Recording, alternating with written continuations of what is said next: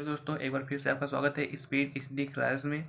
दोस्तों आज की वीडियो बहुत ही शानदार होने वाली है क्योंकि इस वीडियो में हम लोग के लिए क्या है संपूर्ण गणित का मैराथन। जैसा कि आप लोगों को पता होगा यूपी बोर्ड का अपना पहला पेपर आपने हिंदी का बहुत अच्छे से ही दे दिया होगा और हिंदी का पेपर सबका ही अच्छे से गया होगा। ठीक है, तो जो अगला पेपर रहने वाला है मैथ। दोस्तों जानते हो कि मैथ जो होता है कि ज़्यादातर बच्चों के समझ में नहीं आता है और कुछ बच्चे कर नहीं पाते हैं। तो बस उन्हीं बातों को ध्यान में रखते हुए हमने इस वीडियो को बनाया है, क्योंकि इस वीडियो में आपका 1 से 1.5 घंटे का समय रहेगा। ठीक है, यानी 1 से 1.5 घंटे का समय रहेगा। अगर आप लोग इस पूरी वीडियो को देख लेते हो तो आप मैथ में कितने भी कमजोर हो, आप कम से कम 75-80 नंबर तो लेके आ सकते हो बिल्कुल आसानी से। ठीक है, 75-80 नंबर आपका कहीं नहीं जाएगा। बस क्या करना है, आपको वीडियो में बने रहना है। तो जो जो स्टेप हम बताएंगे आप उस स्टेप को फॉलो कर लीजिएगा और 1 से 2 बार वीडियो को रिवीजन कर लीजिएगा, जो आपके लिए बहुत ही फायदेमंद साबित होगा। ठीक है, तो चलिए दोस्त आपका स्टार्ट कर लेते हैं। जैसे कि अभी हम सभी लेसन के फार्मूले के बारे में एक बार बात करेंगे, क्योंकि देखो अगर आपको फार्मूला याद रहेगा तभी भी आप क्वेश्चन को कर पाओगे, अगर नहीं याद रहेगा तो आप क्वेश्चन को नहीं कर पाओगे। तो इसलिए अगर आपको फार्मूला याद है फिर भी आप लोग स्किप मत करो, आप इसको एक बार आगे देख लो। ठीक है, क्योंकि अगर देख लोगे ना तो क्या होगा कि रिवीजन हो जाएगा, तो रिवीजन हो जाएगा तो फार्मूला आपको और अच्छे से याद हो जाएगा। कुछ बच्चे क्या करते हैं ना कि अगर उनको पता रहता है कि हाँ फार्मूला याद है तो आगे चले जाते हैं, मतलब थोड़ा आगे बढ़ा देते हैं वीडियो को। तो मेरे भाई आप वीडियो को आगे मत बढ़ाओ। वीडियो में आपका ज़्यादा समय नहीं लिया गया है, ना फालतू कुछ बातें आपको बताई गई हैं, मतलब इसमें बस उतना ही बताया गया है जो आपके लिए बहुत ही इंपॉर्टेंट रहने वाला है। ठीक है, तो ये आप समझ सकते हो आपके लिए बहुत ही ज़्यादा इंपॉर्टेंट कह सकते हो वीडियो, जिसको देखने के बाद आपके पूरा जो मैथ है, मैथ का डर खत्म हो जाएगा, आप एकदम अच्छे से मैथ में स्कोर करके आ पाओगे। ठीक है, तो उससे पहले दोस्तों हम इसको स्टार्ट करने से पहले एक बहुत ही महत्वपूर्ण बातें और बता देना चाहते हैं आप लोग के लिए, कि आप लोग को ये समझना चाहिए, समझ लेना चाहिए कि कौन सा क्वेश्चन मतलब कहाँ से आता है, कितने नंबर का बन सकता है। तो जैसे नंबर सिस्टम से आपका 5 नंबर का, तो 5 नंबर का नंबर सिस्टम से पूछ दिया जाएगा। ठीक है, ये आप लोग को पता होगा, लेकिन एक बार फिर से ध्यान से सुन लीजिएगा। और सबसे ज़्यादा पॉइंट ये देखिए, जो नंबर 2 वाले पॉइंट वाली बात आती है 18 नंबर वाला, ये सबसे ज़्यादा इंपॉर्टेंट पॉइंट है आप लोग के लिए। इसको हम आपको तैयार करना है। ठीक है, हम इसमें कुछ ऐसे क्वेश्चन बताएंगे, आपको उन्हीं को पढ़ के आना है और आपको लॉन्ग टाइप और शॉर्ट टाइप दोनों में देखने को मिल जाएंगे। तो इसलिए ये जो आपके 18 नंबर है बहुत ही ज़्यादा इंपॉर्टेंट रहने वाले हैं, तो इसको आप लोग कवर कर लेंगे। ठीक है, अभी हम बताने वाले हैं, जो हम बताएंगे फार्मूला उसको आप लोग एक दो बार रिवीजन कर लेना। ठीक है, उसके बाद 5 नंबर निर्देशांक जानती से, तो निर्देशांक जानती से क्या पूछा जाएगा तो उसके बारे में भी हम कवर करने वाले हैं। ठीक है, और ज्यामिति से 10 नंबर का, तो ज्यामिति से आपका 10 नंबर पूछा जाएगा, तो उसको भी कर लेंगे। जैसे त्रिकोणमिति है, हाँ, और त्रिकोणमिति से कितना पूछता है आपका 12 नंबर। देखो त्रिकोणमिति में 2 चीज़ें होती हैं, एक हाइट एंड डिस्टेंस होता है और एक ट्रिग्नोमेट्री होती है। तो 6 नंबर हाइट एंड डिस्टेंस रख लो, क्योंकि 6 नंबर जो रहता है आपका फिक्स रहता है हाइट एंड डिस्टेंस से। ठीक है, उसका जो 6 नंबर का रहेगा त्रिकोणमिति, और त्रिकोणमिति में आपका देखो 2 नंबर जो बनेगा ऑप्शनल बनेगा और 4 नंबर का एक लॉन्ग देगा। ठीक है, तो ये वाला जो है आपके पॉइंट आपको समझ लेना। जैसे कि देखो समझने का मतलब ये है कि अगर बच्चे समझ लेते हैं ना कौन सा क्वेश्चन कहाँ से पूछता है, कितने नंबर का पूछता है, तो वो उस हिसाब से तैयारी कर लेते हैं। लेकिन कुछ बच्चों को अभी तक नहीं पता कि कहाँ से कितना नंबर पूछता है। तो इसलिए दोस्तों इस बात को बहुत ही ध्यान सुनना और इसको क्या करना है, समझ लेना है कहाँ से कौन सा क्वेश्चन बनता है। ठीक है, तो अब मेंसुरेशन से बात आई, तो मेंसुरेशन से आपका 10 नंबर बन जाएगा और सांख्यिकी से 10 नंबर। ठीक है, प्रायिक तो उतना पूछा नहीं जाता, तो इसलिए सांख्यिकी से आपका 10 नंबर। 10 नंबर में मतलब देखो 5 नंबर आपका दे देगा मध्य का, 5 नंबर दे देगा बहुलक, टोटली बन जाएगा आपका 10 नंबर। तो ये आपके लिए बहुत ही इंपॉर्टेंट रहने वाला है भैया। देखो टोटली कितना नंबर होता है, 70 नंबर। अब इस 70 नंबर में आपका 20 नंबर बहुविकल्पी रहेगा। तो 20 नंबर बहुविकल्पी मतलब हर एक लेसन से आपको बहुविकल्पी प्रश्न देखने को मिलेंगे। तो इसलिए अगर आप लोग बहुविकल्पी प्रश्न एक भी नहीं गलत करना चाहते हो तो आप लोग एक सीरीज उठाना, उसमें से जितना बहुविकल्पी प्रश्न है उसको देख लेना। अभी देखो क्या होता है ना, जब आप सभी पार्ट के फार्मूले को कवर कर लेंगे तो वहाँ से आपको क्या होगा ना कि आपका बहुविकल्पी भी बहुत आसानी से तैयार हो जाएगा। तो इसलिए आप क्या करना, बहुविकल्पी क्वेश्चन को पढ़ लेना। तो चलिए दोस्तों आपका अगला क्वेश्चन स्टार्ट कर लेते हैं इस पार्ट के बारे में। जैसे कि आपका पहला पार्ट है वास्तविक संख्याएं। ठीक है, तो वास्तविक संख्याएं में जैसे कि अभी देख सकते हो यहाँ पर हमारा ये बहुपद वाला जो भी हमने आपको दिखाया ये फार्मूला। ठीक है, बहुपद से पहले एक और लेसन आपका बचता है जिसका नाम है वास्तविक संख्या। तो वास्तविक संख्याओं के बारे में थोड़ा सुन लीजिए, क्या होता है वास्तविक संख्याएं, क्या फार्मूला इसमें से बन सकता है। तो जैसे कि अभी आप लोग को पता होगा कि यूक्लिड विभाजन प्रमेय। ठीक है, यूक्लिड, ठीक है यूक्लिड, ये आपके लिए बहुत ही इंपॉर्टेंट रहने लगे, बिल्कुल ध्यान सुनेगा भैया। यूक्लिड विभाजन, क्योंकि यहाँ से आपका जो है बहुत अच्छा नंबर मिलेगा, 5 नंबर। यानी दोस्तों देखो अगर आपको मैथ में अच्छा नंबर चाहिए तो एक भी पार्ट को छोड़ो मत, ये बिल्कुल अच्छे से कवर करते जाओ।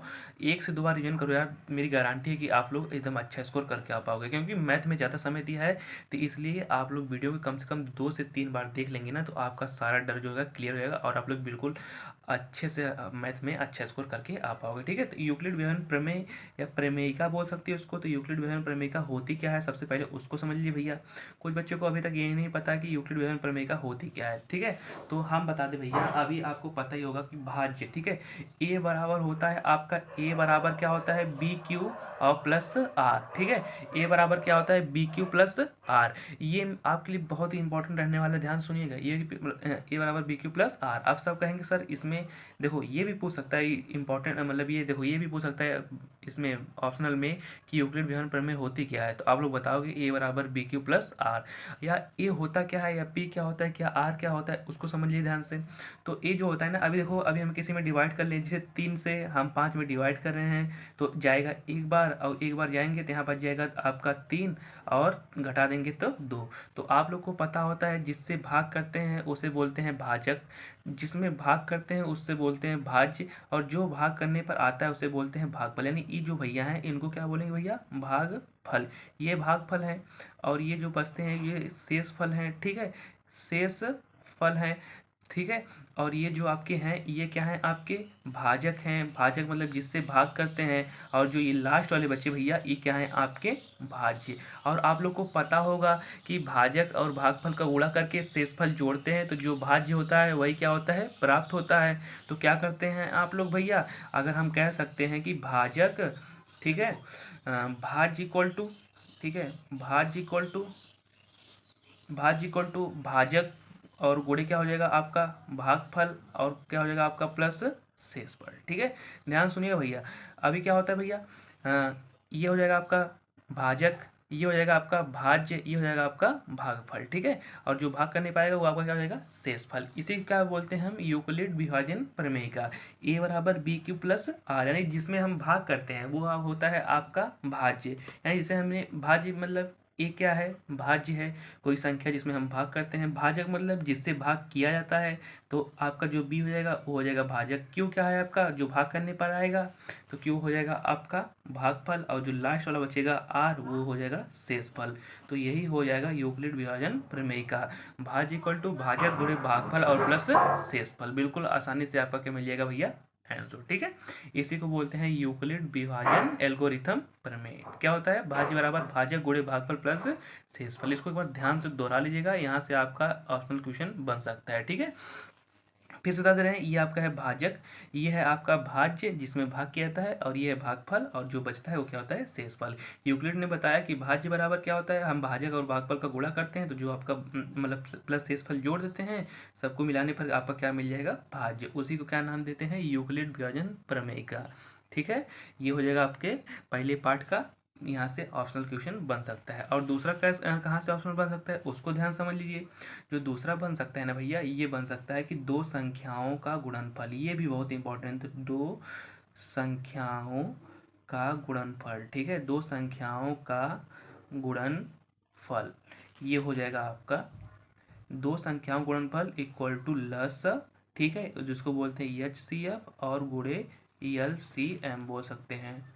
ठीक है, तो ये हो जाएगा दो संख्याओं गुणनफल, क्या हो जाएगा HCF, और गुणे क्या हो जाएगा LCM। यहाँ से भी आपका क्वेश्चन बन सकता है। ठीक है, जैसे दो संख्याएं अभी आप लोग ले सकते हो, क्या ले सकते हो भैया, जैसे दो संख्याएं हम ले सकते हैं A गुणे B। ठीक है, A गुणे B इक्वल टू दो संख्याएं हैं तो उन्हीं का HCF होगा, तो HCF, और इसके सामने कोष्टक की A कामा B, और गुणे आपका हो जाएगा LCM, और कोष्टक के सामने A comma B। A comma B हम कहाँ लिख रहे हैं, कहाँ की A और दो जो है B संख्याएं हैं, और उनका HCF निकालोगे, तो इसलिए HCF के साथ A कामा B, क्योंकि इन्हीं का हमें HCF निकालना है। तो यही हो जाएगा आपका एक बहुत ही इंपॉर्टेंट क्वेश्चन। ठीक है, तो ये आपकी दो जो चीज़ें हैं आपके लिए बहुत ही इंपॉर्टेंट और बहुत ही अच्छा नंबर दिलाने वाली हैं, क्योंकि दोस्तों देखो यहाँ दोनों से आपका ऑप्शनल नंबर बन सकता है, तो इसलिए आप लोग इसको कवर कर लेंगे। ठीक है, और एक चीज़ और जो यहाँ से बन सकता है, तीसरा क्वेश्चन, एक शांत आवर्ती। ठीक है, शांत आवर्ती या अशांत आवर्ती। ठीक है, शांत आवर्ती या अशांत आवर्ती, ये क्या होता है भैया, उसको समझ लेंगे पहले फटाक दे।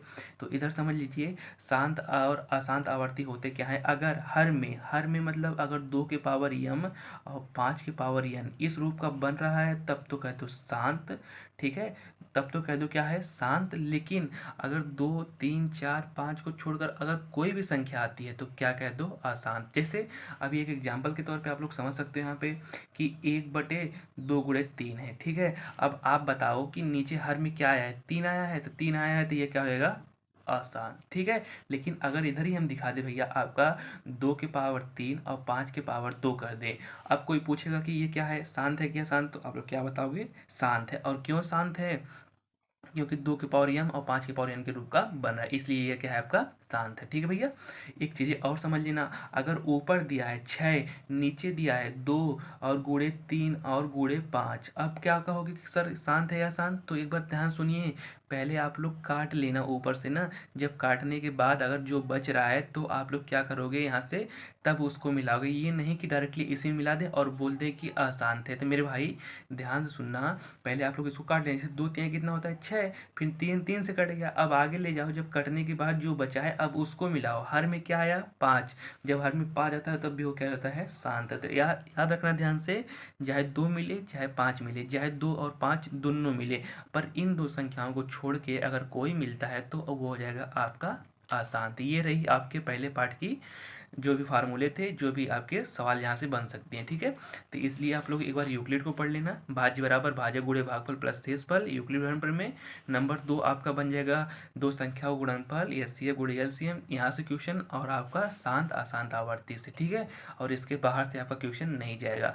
और एक चीज़ और क्वेश्चन है, कोई परमेय अपरमेय संख्याएं प्रूव करना, जिसे सिद्ध करना कि ये अपरमेय संख्या है या सिद्ध करना है परमेय संख्या, वो कैसे होता है, एक क्वेश्चन वहाँ से बन सकता है। तो अभी क्वेश्चन पे जब बात आती है तो हम क्वेश्चन को बता देंगे कौन सा क्वेश्चन बन सकता है और कौन सा क्वेश्चन आपको पढ़ के जाना है। उससे पहले दोस्त क्या करना, आप फार्मूले को कहीं नोट कर लेना, या नोट नहीं करना है, अगर आपको याद होगा तो आप लोग रिवीजन कर लेना। ठीक है, तो अगर मेरा कहना में ये है, अगर आप लोग इस वीडियो को देख रहे हो ना, तो कापी और कलम लेके बैठो, ताकि एक बार अगर फार्मूला नहीं याद है तो उसको एक बार लिख लो, अगर याद है फिर भी लिख लो, क्लियरिटी के लिए। नहीं, अगर आप लोग ऐसा कर रहे हो तो आपका क्लियर हो जाएगा फार्मूला एकदम बिल्कुल आसानी से। ठीक है, और आप लोग मैथ में अच्छे स्कोर करके आ सकते हो। तो चलिए दोस्त, अब दूसरे पार्ट का फार्मूला याद कर लेते हैं। पहले देखो दोस्त, सभी पार्ट का फार्मूला याद कर लेंगे, फिर उसके बाद हम बताएंगे कि कौन सा क्वेश्चन आपके लिए इंपॉर्टेंट है, कौन सा क्वेश्चन आपके लिए इंपॉर्टेंट नहीं रहने वाला। ठीक है, तो इसलिए पहले फार्मूला आप लोग रिवीजन कर लेंगे, सबसे पहले फार्मूला। ठीक है, चलिए आप अगला क्वेश्चन आपका देख लेते हैं, सॉरी अगला फार्मूला को देख लेते हैं दूसरे पार्ट का। ये है आपका बहुपद, पॉलिनोमियल्स में क्या होता है ना भैया, इसमें मोस्ट इंपॉर्टेंट फार्मूला है, यहाँ से फार्मूले से ही क्वेश्चन बनाता है, फार्मूले से आपका जो क्वेश्चन बनाता है वो ऑप्शनल क्वेश्चन बनाता है। इसलिए मेरा पर्पज़ यही है वीडियो बनाने का कि जो बच्चे हैं उनको पहले एक तरफ से फार्मूला कराया जाए, क्योंकि फार्मूला अगर उनको तैयार है तो कम से कम 8-10 ऑप्शनल क्वेश्चन तो वो ऐसे ही उड़ा देंगे बिल्कुल देखते हुए, लेकिन अगर फार्मूला ही नहीं तैयार है तो उनका ऑप्शनल क्वेश्चन जो होता है कटने का चांसेस बढ़ जाता है। ठीक है, तो मेरे दोस्त इस फार्मूले को आप लोग देख के एक बार रिवीजन कर लो, ताकि आपका क्या हो जाएगा, क्लियर हो जाएगा। ठीक है, उससे पहले और एक बात बता दें दोस्त, कि थोड़ी सी वॉइस की प्रॉब्लम हो रही होगी, इसलिए थोड़ी सी वॉइस की प्रॉब्लम को मैनेज कर लेना। ठीक है, मैनेज करके थोड़ा पढ़ते रहो और बिल्कुल मेहनत से और ज़िंदगी में बहुत आगे जाओ। ठीक है, तो चलिए दोस्त, आपका अगला क्वेश्चन स्टार्ट कर लेते, अगला फॉर्मूला स्टार्ट कर लेते हैं। जैसे रैखिक बहुपद है। ठीक है, अब बहुपद किसे कहते हैं, आप लोग को पता होगा कि जो ये ax² और bx और प्लस c के रूप का होता है। तो अभी देखो फिलहाल में इसमें आप लोग को परिभाषा बताने की कोई ज़रूरत नहीं है। ठीक है, आपको बस ये जानना है कि समीकरण किस रूप का रहेगा, बहुपद यानी इसमें द्विघात या त्रिघात किसी रूप का हो सकता है। तो अभी हम द्विघात की बात करेंगे, फिर जब अगर त्रिघात आ जाएगा तो हम उसकी भी बात कर लेंगे। तो अभी द्विघात आया है तो द्विघात के लिए फार्मूला क्या होता है, मूलों का योगफल मूलों का गुणनफल, या कह सकते हो कि उसको शून्यांक बोलते हैं। ठीक है, शून्यांक देखो, एक द्विघात समीकरण यानी अगर घात 2 लगा है तो 2 शून्यांक, 1 लगा है तो 1 शून्यांक, 3 लगा है तो 3 शून्यांक, तो जितनी घात होगा उतने शून्यांक होते हैं, ये बात आपको समझना है। ठीक है, अब एक सबसे इंपॉर्टेंट चीज़ है ये, जहाँ से क्वेश्चन आपका बनाएगा शून्यांक। शून्यांक क्या होता है भैया, शून्यांक मतलब ये देखो मूलों का योगफल का फार्मूला होता है, अगर शून्यांक निकालना है तो -b/a अचर पद और यक्स का गुणांक। अब सब पूछते हैं कि सर अचर पद क्या होता है, तो अचर पद ये होता है कि जिसके साथ यक्स का मतलब यक्स नहीं आया हो उसी को बोलते हैं अचर पद। अचर पद में मतलब यक्स का आपका उसका गुणांक यक्स के साथ नहीं रहेगा, कोई संख्या होगी तो उस संख्या को हम बोलते हैं अचर पद। चर और अचर पद आपको याद होगा। चर मतलब जिसका मान निश्चित नहीं होता है उसको बोलते हैं चर, और जिसका मान निश्चित होगा उसको क्या बोलते हैं, अचर। ठीक है, तो चलिए दोस्त आपका अगला देख लेते हैं। शून्य निकालना है तो महज बी बाई ए अचर पद और बटी एक्स का गुणांक। ठीक है, और फटाफट से देख लीजिए। ठीक है, द्विघात बहुपद के लिए क्या होता है, द्विघात बहुपद इस रूप का होता है। ठीक है, आप लोग को पता है ये होना चाहिए कि शून्यांकों का योगफल क्या होता है, तो शून्यांकों का योगफल कर सकते हो महज बी बाई ए। लेकिन महज बी बाई ए, अब कुछ बच्चों को पता हो कि महज बी क्या होता है, तो महज बी मतलब जो यक्स का गुणांक है। ठीक है, जैसे अभी हम ऊपर एक समीकरण लिख देते हैं 5x² और 3x और प्लस 2। अब इसमें डायरेक्टली पूछ दिया जाए कि सर बी का मान बताओ, तो आप लोग नहीं बता पाओगे। लेकिन अगर इस चीज़ को याद रखते हो कि यक्स का गुणांक, तो यक्स का गुणांक मतलब जो उसके साथ गुणे में आया हो, तो इसके साथ गुणे में कौन आया है, एक्स के साथ गुणे में कौन आया है, 3। तो यक्स गुणांक कितना हो जाएगा, 3। और यक्स स्क्वायर का गुणांक, तो यक्स स्क्वायर के साथ गुणे में क्या है भैया, देख सके लोगन 5। ठीक है, तो 3 और 5 यही -3/5। अब ये देखो अचर पद मतलब जिसके साथ क्यों ना आया लो भैया, तो किसके साथ कोई नहीं आया है, 2 के साथ, तो 2 हो जाएगा। और एक्स स्क्वायर का गुणांक क्या है, 5, तो 2/5। इसलिए आप इसको भी याद कर सकते हो। अगर सबको पता है कि बी और ए क्या होते हैं, तो आप लोग बगल वाले को भी याद कर सकते हो। ठीक है दोस्तों, चलिए अब अगला क्वेश्चन स्टार्ट कर लेते हैं आपका त्रिघात बहुपद के लिए। तो त्रिघात बहुपद आपका इंपॉर्टेंट रहने वाला है, द्विघात और त्रिघात। अगर त्रिघात से क्वेश्चन बनाएगा तो 6 नंबर बनाएगा, अगर त्रिघात से नहीं बना, द्विघात से बना, तो 5 ही नंबर तक क्लियर कर देगा। ठीक है, तो ज़्यादातर अभी तक तो एग्जाम जितना हो उसमें त्रिघात से नहीं बनाया है, ज़्यादातर द्विघात से ही बनाया है। लेकिन दोस्त आप लोग बनाने से एग्जाम के ऊपर मत जाओ कि उसका मूड कब बदल जाए, क्या दे सकता है। ठीक है, आप लोग बस चाहे द्विघात हो चाहे त्रिघात हो, आप लोग सब पढ़ के जाएंगे। ठीक है, अब चलिए देखो त्रिघात समीकरण किस रूप का होता है, अभी हमने बताया जिसकी घात 3 हो और 3 शून्यांक मिलेंगे, तो ax³ bx² cx plus D, ये हो जाएगा आपका फार्मूला। ठीक है, फार्मूले के बाद ये हो जाएगा, सॉरी ये हो जाएगा आपका इक्वेशन के बाद ये होता है फार्मूला अल्फा प्लस बीटा और plus gamma equal to -x² गुणांक और बटी x³ का गुणांक। फार्मूला क्या होता है भैया, -b/a। ठीक है साथी, उसके बाद दूसरा क्या होता है alpha beta, beta gamma, gamma alpha equal to x का गुणांक और बटी एक्स क्यू का गुणांक, कह सकते हो c/a।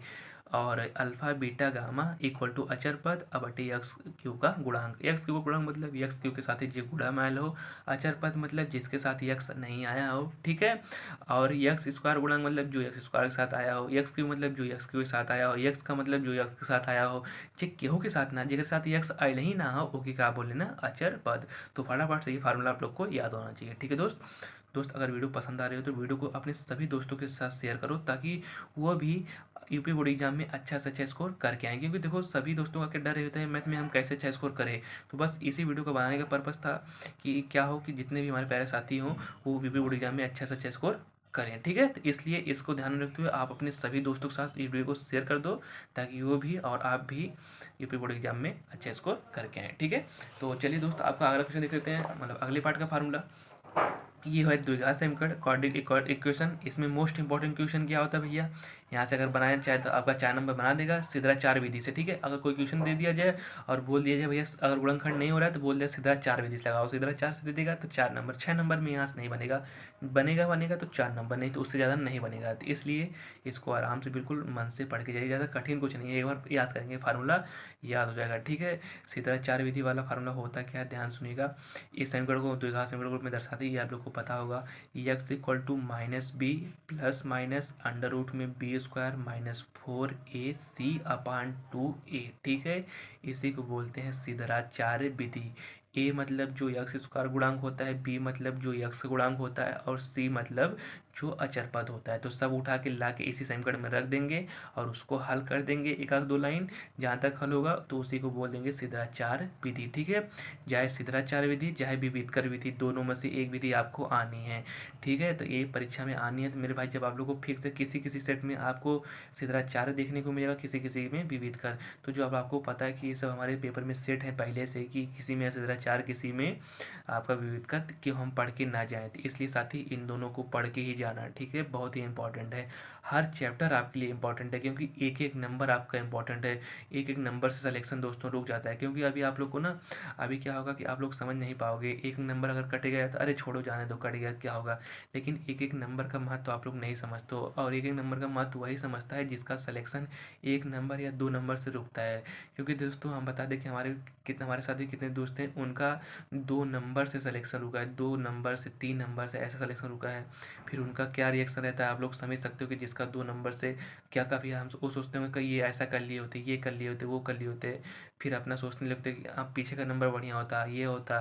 तो इसलिए मेरे भाई ये सब आपके मन में ना आवे, इसलिए अपना एक भी नंबर न छोड़ो और अच्छे से लिख के आओ, ठीक है। आप लोग को पता है कि अच्छा नंबर मिलने वाला मैथ में कहाँ से मिलेगा, सब कुछ बात तो होने वाली है, तो इसलिए आप लोग बिल्कुल मेहनत से वीडियो को देख के जाओ और मैथ में मेरी गारंटी है कि आप लोग अच्छा से अच्छा स्कोर करके आ पाओगे, ठीक है। तो चलिए दोस्त अगला क्वेश्चन देख लेते हैं आपका, ठीक है। उमर खैमार, तो उमर खैमार ज़्यादा इंपॉर्टेंट नहीं है, अगर चाहेंगे तो एक बार देख लेंगे, नहीं चाहेंगे तो कोई बात नहीं है, लेकिन अगर आ गया तो एक बार देख लीजिए, ठीक है।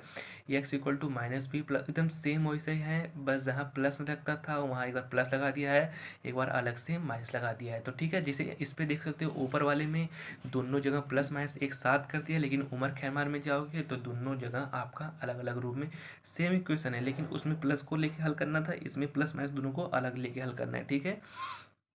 और एक लास्ट जो आपके लिए बहुत ही इंपॉर्टेंट रहने वाला है, विभेदकर विधि। विभेदकर विधि होता क्या है, सबसे पहले उसको समझ लीजिए। विभेदकर विधि होता है d equal to b square minus 4ac।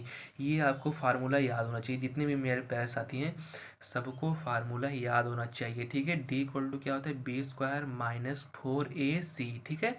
अब नोट याद रखना, नोट क्या होता है, मूलों का योगफल और गुणनफल दिया हो। हाँ एक चीज़ और, अगर विभेदकर कह दिया तो इस पर आप लोग लगा लेना, लेकिन एक चीज़ और कहता है कि द्विघात समीकरण बनाओ यदि मूलों का योगफल और मूलों का गुणनफल दिया हो तब, ठीक है। तो उसके लिए फार्मूला होता है एक्स स्क्वायर माइनस मूलों का योगफल, यहाँ से क्वेश्चन भी बनता है, तो साथ ही ये भी आपके लिए बहुत ही इंपॉर्टेंट रहने वाला है, और अल्फा इंटू बीटा, ठीक है। ये फार्मूला आपके लिए बहुत ही इंपॉर्टेंट, मेरी गारंटी है कि यहाँ से आपका 2 नंबर का क्वेश्चन मिलने वाला है, तो इसलिए आप लोग इसको और ये वाला विभेदकर दोनों पढ़ के जाइए, यहाँ से आपका पक्का 100% गारंटी है कि यहाँ से आपका 2 नंबर देखने को मिलेगा। तो इसलिए एक दो बार इसको रिवीजन कर लीजिए, और इस पर क्वेश्चन क्या होता है अभी क्वेश्चन हम बता देंगे, उसको भी आप लोग रिवीजन कर लीजिएगा, ठीक है। तो क्या होता है भैया, अगर हमें द्विघात समीकरण बनाना है, मूलों का योगफल और गुणनफल दिया हो तब X square minus alpha plus beta मूलों का योगफल और प्लस मूलों का गुणनफल मतलब फटाक दे इसमें रख देंगे आपका, और आपका मिल जाएगा द्विघात समीकरण, ठीक है। तो ये आपके लिए मोस्ट इंपॉर्टेंट था, तो इसको आप लोग अपने नोट्स में उतार लेंगे। चलिए दोस्त अब आपका अगला चलते हैं, ठीक है। तो अगला आपका बहुत ही इंपॉर्टेंट रहने वाला है समांतर श्रेणी, ठीक है। अब अर्थमेटिक प्रोग्रेशन क्या होता है 2024 में, इसमें से आपका ज़्यादा क्या बनेगा, ज़्यादा लॉन्ग टाइप नहीं बनेगा, 2 नंबर का बन सकता है या तो 4 नंबर का। देखो एक पूछ सकता है एन पदों का योगफल या एस एन पदों का योगफल, ज़्यादा कठिन नहीं देगा बच्चों को घुमा के, अगर पेपर हार्ड आता है ना तभी क्वेश्चन को कठिन लगता है, नहीं इस बार का जो पेपर है ना ज़्यादा हार्ड लेवल पे नहीं है, मीडियम साइज में लगता है, ताकि जितने बच्चे अगर पढ़े भी हैं, अगर थोड़ा मोड़ा भी पढ़े तब भी वो आधा से ज़्यादा क्वेश्चन को कर ले जाए, ठीक है। क्योंकि फेल होने का मकसद वो लोग नहीं रखते हैं, वो ऐसा रखते हैं कि ताकि जितने भी बच्चे हैं वो कुछ ना कुछ कर ले जाए। अब वही बच्चे नहीं कर पाते जो एकदम नहीं पढ़ के आते, जो एग्ज़ाम के दिन भी नहीं पढ़ के जाते हैं। तो आप लोग खुद सोचो, अगर साल भर नहीं पढ़े हो और एग्ज़ाम के दिन भी नहीं पढ़ रहे हो, तो भैया आप ही बता दो कि आपको नंबर मिलेगा कहाँ से। तो इसलिए आप लोग एग्ज़ाम के भी दिन पढ़ के जाते हो तब भी आप लोग अच्छा क्वेश्चन करके आ सकते हो, लेकिन उससे पहले आप लोग को अच्छे से रिविज़न कर लेना होगा, यानी जो आप लोग पढ़ रहे हैं उसको आप लोग दोहरा लेंगे और अच्छे से पढ़ लेंगे। तो चलिए आपका अर्थमेटिक प्रोग्रेशन स्टार्ट कर लेते हैं। उसमें आपका क्या आता है ना भैया, सबसे पहले आपका फार्मूला आता है कि यदि समांतर श्रेणी का n पद दिया हो, एन पद दिया हो तो s n equal to a plus N minus 1 into d, यहाँ से क्वेश्चन बन सकता है, तो इसको आप लोग स्टार करके अपने नोट्स में उतार लेंगे। तो एस एन उतारने का अगर नहीं मन है तो कोई बात नहीं, आप लोग इसको देख लीजिए और याद करते चलिए, कहें अगर याद करते चलेंगे तो बाद में आपको उतारने की जरूरत नहीं होगी, जब हम फटाफट सवाल बताएंगे तो आप लोग फटाफट सवाल लगाते चलना, ठीक है। तो s n equal to a plus N minus 1 into d, और आपका वेयर मतलब जहाँ पर ए जो है प्रथम पद, डी क्या है आपका सर्वांतर, प्रथम मतलब जो सबसे शुरू में आएगा वो आपका ए का मान, और सर्वांतर मतलब जो प्रथम पद और द्वितीय बीच के जो अंतर होता है उसी को बोलते हैं सर्वांतर, ठीक है। तो वो हो जाएगा डी का मान। यन मतलब जेठ श्रेणी के पद दिए होंगे तो वो होता है यन, यन पद, यानी श्रेणी में तोरे जेठ पद रही भैया ओकर मान का रही यन के, ठीक है। अब नंबर 2 सुनिए लोगों, ना भैया, समांतर श्रेणी के n पदों का योगफल होता क्या है, ठीक है, यहाँ से भी क्वेश्चन बन सकता है, इसको आप लोग रिवीजन कर लेना। समांतर श्रेणी के n पदों का योगफल होता है S n equal to n/2 और कोष्टक में a plus n-1 into D, ये होता है आपके लिए बहुत ही इंपॉर्टेंट, यहाँ से भी क्वेश्चन बन सकता है। अभी हम बताएंगे आपको क्वेश्चन किस प्रकार से बन सकता है, ठीक है। जैसे दे देगा कि एस एन पदों का, जैसे 35, 36, 37, 38 कह रहेगा कि n पदों का योगफल निकालो, तो n पदों का योगफल निकालने का फार्मूला होता है एस(n/2) या ये जितने ये श्रेणी में पद होंगे 2a + n-1 इंटू डी, ठीक है। एक प्रकार से सबको बारी बारी से करके जोड़ोगे तब भी मिल जाएगा, लेकिन ये फार्मूला ऐसा है कि आपको शॉर्ट में बिल्कुल बता देगा कि कितना आंसर आएगा, ठीक है। तो चलिए अभी और बाद में एक और देख लेते हैं। समांतर श्रेणी के अंत से पद, अगर शुरुआत से पद हो तो टी एन, अगर अंत से हो तो यल वाला, ठीक है। T N equal to a plus r-1 into d, या टी एन इक्वल टू कह सकते हो यल माइनस r-1 इंटू डी, ये आपके लिए बहुत ही इंपॉर्टेंट है, तो इसको आप लोग कवर करते चलेंगे। दोस्त देखो, फार्मूला आपके लिए बहुत ही इंपॉर्टेंट रहने वाला है, तो इसलिए सबको आप लोग क्या करना, कवर करते चलना, ठीक है। तो चलिए बात आती है आपके समांतर श्रेणी का n वां पद और जब यल दिया हो तब क्या करते हैं। तो जब n वां पद और यल दिया हो तो एस एन इक्वल टू होता है a/n/2 और a प्लस यल, ठीक है। यानी पहला पद दिया हो और अंतिम पद दिया हो और पूछ रहा हो तुम्हें कि समांतर श्रेणी का n वां पद ज्ञात करो, तो बिल्कुल सिंपल सा फार्मूला है, ठीक है। अंतिम पद प्रथम पद दोनों को जोड़ के जितनी संख्याएं हैं उसका आधा करके गुणा कर दो, तो वो जो मिल जाएगा आपका, यदि समांतर श्रेणी का n वां पद और यल वां पद दिया हो तब, ठीक है। और एक लास्ट फार्मूला आप लोग याद करके चलेंगे कि यदि समांतर श्रेणी की n तथा n-1 पदों का योग दिया हो तो आपका ये फार्मूला। तो ज़्यादातर इससे क्वेश्चन नहीं बनता है, तो क्वेश्चन कहाँ से बनेगा भैया उसको समझ लीजिए, चाहे यहाँ से बन सकता है, पूछ सकता है ये ऊपर वाला, और ये जो तीन थे यहाँ पर हमने बताया, पहला, दूसरा और आपका तीसरा, ये तीन से क्वेश्चन आपका बन सकता है, ठीक है। और ज़्यादा से कहीं से बनने की जरूरत नहीं, ये नीचे वाला उतना हार्ड नहीं पूछता है, तो पर अगर आप पढ़ लेना, अगर फार्मूला याद हो जाएगा तो याद कर लेना, नहीं तो इससे भी ज़्यादा कोई उसके मायने नहीं है, ठीक है। तो उसको याद करने के लिए हम सजेशन नहीं देंगे आप लोग ये तीन चीज़ें, लेकिन ये तीन जो आपके लिए ये आपको बिल्कुल अच्छे से याद होनी चाहिए। एक समांतर श्रेणी का n वां पद दिया हो, एक समांतर श्रेणी के n पदों का योगफल दिया हो, एक समांतर श्रेणी का अंत से r और मतलब ये अंत से पद दिया हो तब, ठीक है। ये तीन फार्मूला आपके लिए बहुत ही इंपॉर्टेंट है दोस्त, तो इसलिए इसको आप लोग कवर कर लेंगे, ठीक है। चलिए दोस्त, आपका अगले पार्ट का स्टार्टिंग होने वाली है, जिसका नाम है निर्देशांक ज्यामिति, ठीक है। कोऑर्डिनेट ज्योमेट्री जो है आपके लिए 5 नंबर यहाँ से बनता है, यानी 10 नंबर भी बन सकता है, 5 नंबर भी बन सकता है, कोई कहने की बात नहीं है, मतलब 5 से 10 नंबर ये समझ सको कि ये मान के चलो कि 10 नंबर आएगा, अब जितना उसके लिए हम मेहनत कर सकें करते हैं, ठीक है। तो चलिए दोस्त, इसमें क्या होता है ना, देखो दो बिंदुओं के बीच की दूरी, नंबर 1 फार्मूला यहाँ से हो जाएगा। नंबर 2 क्या होता है कि बिंदु संरेख हैं, ठीक है, या बिंदु समदूरस्थ हैं, तो ये कुछ चीज़ें जो आपको याद करके चलनी है। तो नंबर 1 आप लोग याद कर लेंगे कि जब दो बिंदुओं के बीच की दूरी दी हो तो d equal to under root में x2 माइनस x1 का होल स्क्वायर और y2 माइनस y1 का होल स्क्वायर, इसको आप लोग कवर कर लेंगे, ठीक है। ये आपके लिए बहुत ही इंपॉर्टेंट है। अगर बनेगा भी 2 नंबर का, देखो 4 नंबर का बनता कहाँ से है, 4 नंबर का बनता है ये जो दूसरे वाले भैया जी दिए हैं इनके पास से। क्या दिए हैं भैया जी, उनको सुनिए ध्यान से। दो बिंदु एक दूसरे से समान दूरी पर हों तो x माइनस x1 का whole square plus y minus y1 का whole square equal to x minus x2 का होल स्क्वायर और प्लस y माइनस y2 का होल स्क्वायर, ये आपके लिए बहुत ही इंपॉर्टेंट रहने वाला है। ये दोनों फार्मूला जो आपके शुरुआत में मिले, ठीक है। ये 4 नंबर का, ये 2 नंबर का पता, यही दोनों मिला के दे दिया, 4 2 6 नंबर आपका कवर हो जाएगा, ठीक है। तो इसको आपको दोनों को फटाफट याद कर लेना है। चलिए भैया अगला स्टार्ट कर लेते हैं। अंतानुपात में विभाजित और बाह्य अनुपात में, तो अंतानुपात और बाह्य अनुपात में पता होगा, जब अंतर कहेगा प्लस, बाय कहेगा तो माइनस, ठीक है। तो अंतर में क्या होता है m1 x2 m2 x1 बटे m1 प्लस m2, फिर वही y के साथ होगा m1 y2 m2 y1 equal to m1 plus m2। बहुत ही इंपॉर्टेंट है दोस्त, इसलिए इसको क्या करना आप लोग कवर कर लेना, ठीक है। अब देखो इसके बाद आती है बाह्य वाला, तो बाह्य वाला वही हो जाएगा लेकिन बस माइनस रहेगा m1 x2 और m2 x1 और बटे m1 माइनस m2। तो ये सब आपके लिए बहुत ही इंपॉर्टेंट रहने वाले हैं, इसको आप लोग क्या करेंगे अच्छे से बिल्कुल कवर कर लेंगे, ठीक है भैया। एक बात ध्यान सुनना दोस्त, क्योंकि फार्मूला इस तरह हम बार बार बोलेंगे, फार्मूला आपके लिए बहुत ही इंपॉर्टेंट, बहुत ही ज़्यादा, क्योंकि बिना फार्मूले के आप लोग किसी भी क्वेश्चन को कर नहीं पाओगे, ठीक है। तो इसलिए आप लोग फार्मूला बार बार हम कह रहे हैं कि फार्मूला रिवीजन कर लें तभी आप लोग क्वेश्चन को लगा पाओगे, ठीक है। अब मध्य बिंदु का निर्देशांक निकालना है, तो x1 और x2 को जोड़ के बटे 2 कर दो, तो y1 y2 को जोड़ के बटे 2 कर दो, बिल्कुल सिंपल सा आपका फंडा निकल जाएगा। ठीक है, अब अगला देख लेते हैं त्रिभुज। तीन त्रिभुज के निर्देशांक दिए हो तो x1 प्लस x2 और प्लस x3 बटे 2 सॉरी 3 और x2 y1 y2 plus y3 बटे 3, ये हो जाएगा आपका आंसर। तो इस पर जब सवाल आएंगे तो हम सवाल ही करवा देंगे। ज़्यादातर आप लोग क्या करना है ना भैया, ये जो हमने दो ऊपर वाला बताया उसको कवर कर लेना है। एक दो बिंदुओं के बीच की दूरी, जब एक दो बिंदु एक दूसरे से समदूरस्थ हों उसके लिए क्या करते हैं, ये दो चीज़ें आप लोग को कवर कर लेना है। ठीक है, उसके बाद बात आती है आपका अगला जो पार्ट है, अगला पार्ट का जो है नाम है कोऑर्डिनेट ज्योमेट्री से कुछ और फार्मूले हैं, उसको देख लेंगे सब बगल में। थोड़ा सा त्रिभुज का क्षेत्रफल, तो त्रिभुज का क्षेत्रफल क्या होता है आपका 23 31 12 सबको पता है।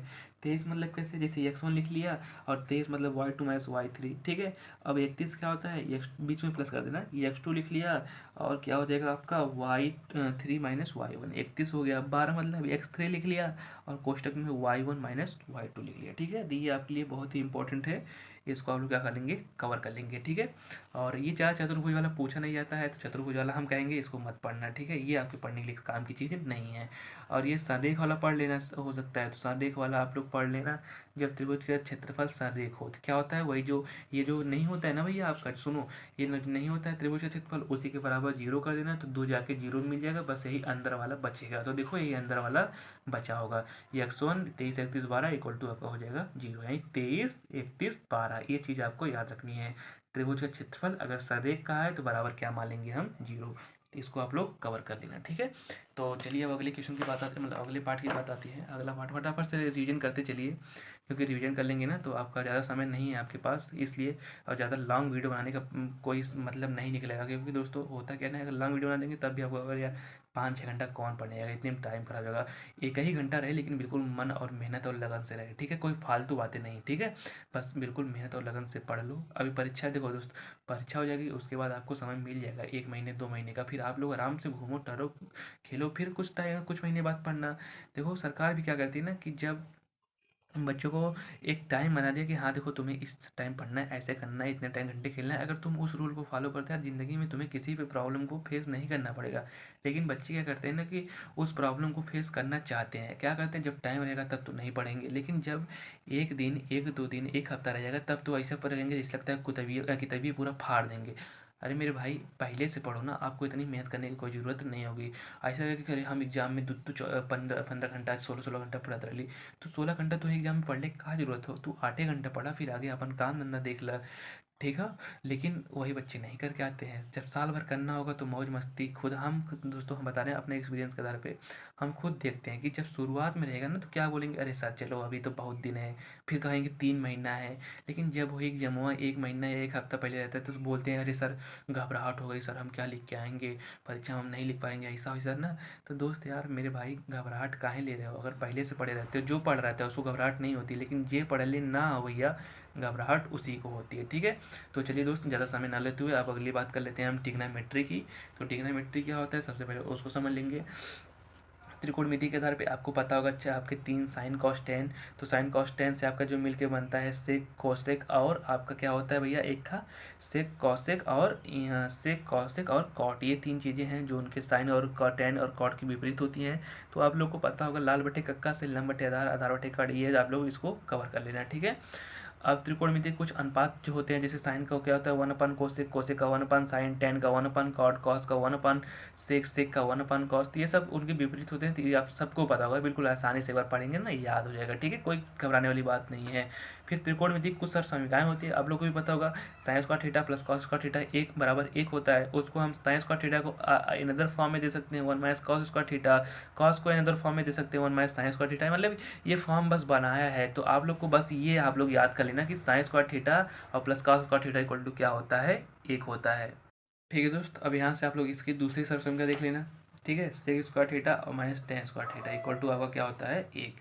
ये दो सरसम का आपको दिख के ना यहाँ से जो आपका क्वेश्चन बन सकता है, क्वेश्चन मतलब ये फार्मूला लगाने में, जिसे अगर आप किसी क्वेश्चन को लगा रहे हो तो वहाँ पे यूज इसका हो सकता है, या कभी कभी ऑप्शनल में दे सकता है कि sine square theta equal to क्या होता है 1 माइनस कॉस स्क्वायर थीटा, या sine square theta plus cos square theta equal to क्या होता है 1 होता है, ये कभी कभी ऑप्शनल में भी दे सकता है। ठीक है, एक नीचे है आपका, नीचे वाला भी आप लोग कवर कर लेंगे, कॉट स्क्वायर और आपका cosec square theta equal to आपका होता है 1। ये 3 शंकाएँ आपको, इसको आप लोग कवर कर लेंगे। ठीक है, पहला क्या होता है एक बार ध्यान से बोलेंगे, sine square theta plus cos square theta बराबर 1, एक होता है आपका sec square theta minus tan square theta बराबर एक लास्ट होता है आपका कॉट स्क्वायर थीटा और माइनस कोसेक स्क्वायर थीटा बराबर एक। ठीक है, तो ये कुछ समझाए हैं, आप लोग को इसको पढ़ लेना है। ठीक है दोस्त, और एक बात आप हम बार बार आपसे यही कह रहे हैं कि ये वीडियो आपको ज़्यादा से ज़्यादा शेयर करनी है। क्यों शेयर करनी है? क्योंकि हमारे प्यारे साथी को जो जितने भी जो हैं उनको मैथ का जो डर होता है बना होता है, बस उसी डर को हम लोग को क्या करना है, मिल के अपने सभी दोस्त प्यारे साथी जितने भी हो आप सब मिल के इस डर को उनको क्या करो, ख़त्म करो।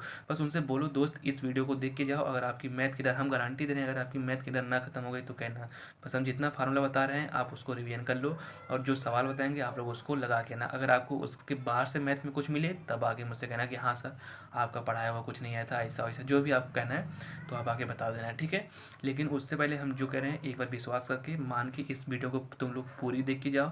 अगर इस वीडियो से तुम लोग को फ़ायदा ना मिले तब जाके अंत में बता सकते कि हाँ सर आप इस वीडियो से मेरा कोई फ़ायदा नहीं है, इससे आपको कोई इंपॉर्टेंट क्वेश्चन नहीं मिला है, तब आके कह सकते हो। लेकिन अगर आप लोग को लग रहा है कि ये वीडियो इंपॉर्टेंट है, हम इससे अच्छे स्कोर करके आ पाएंगे, तो इसलिए आप दोस्तों अपने सभी दोस्तों के साथ शेयर करो, जल्दी से जल्दी।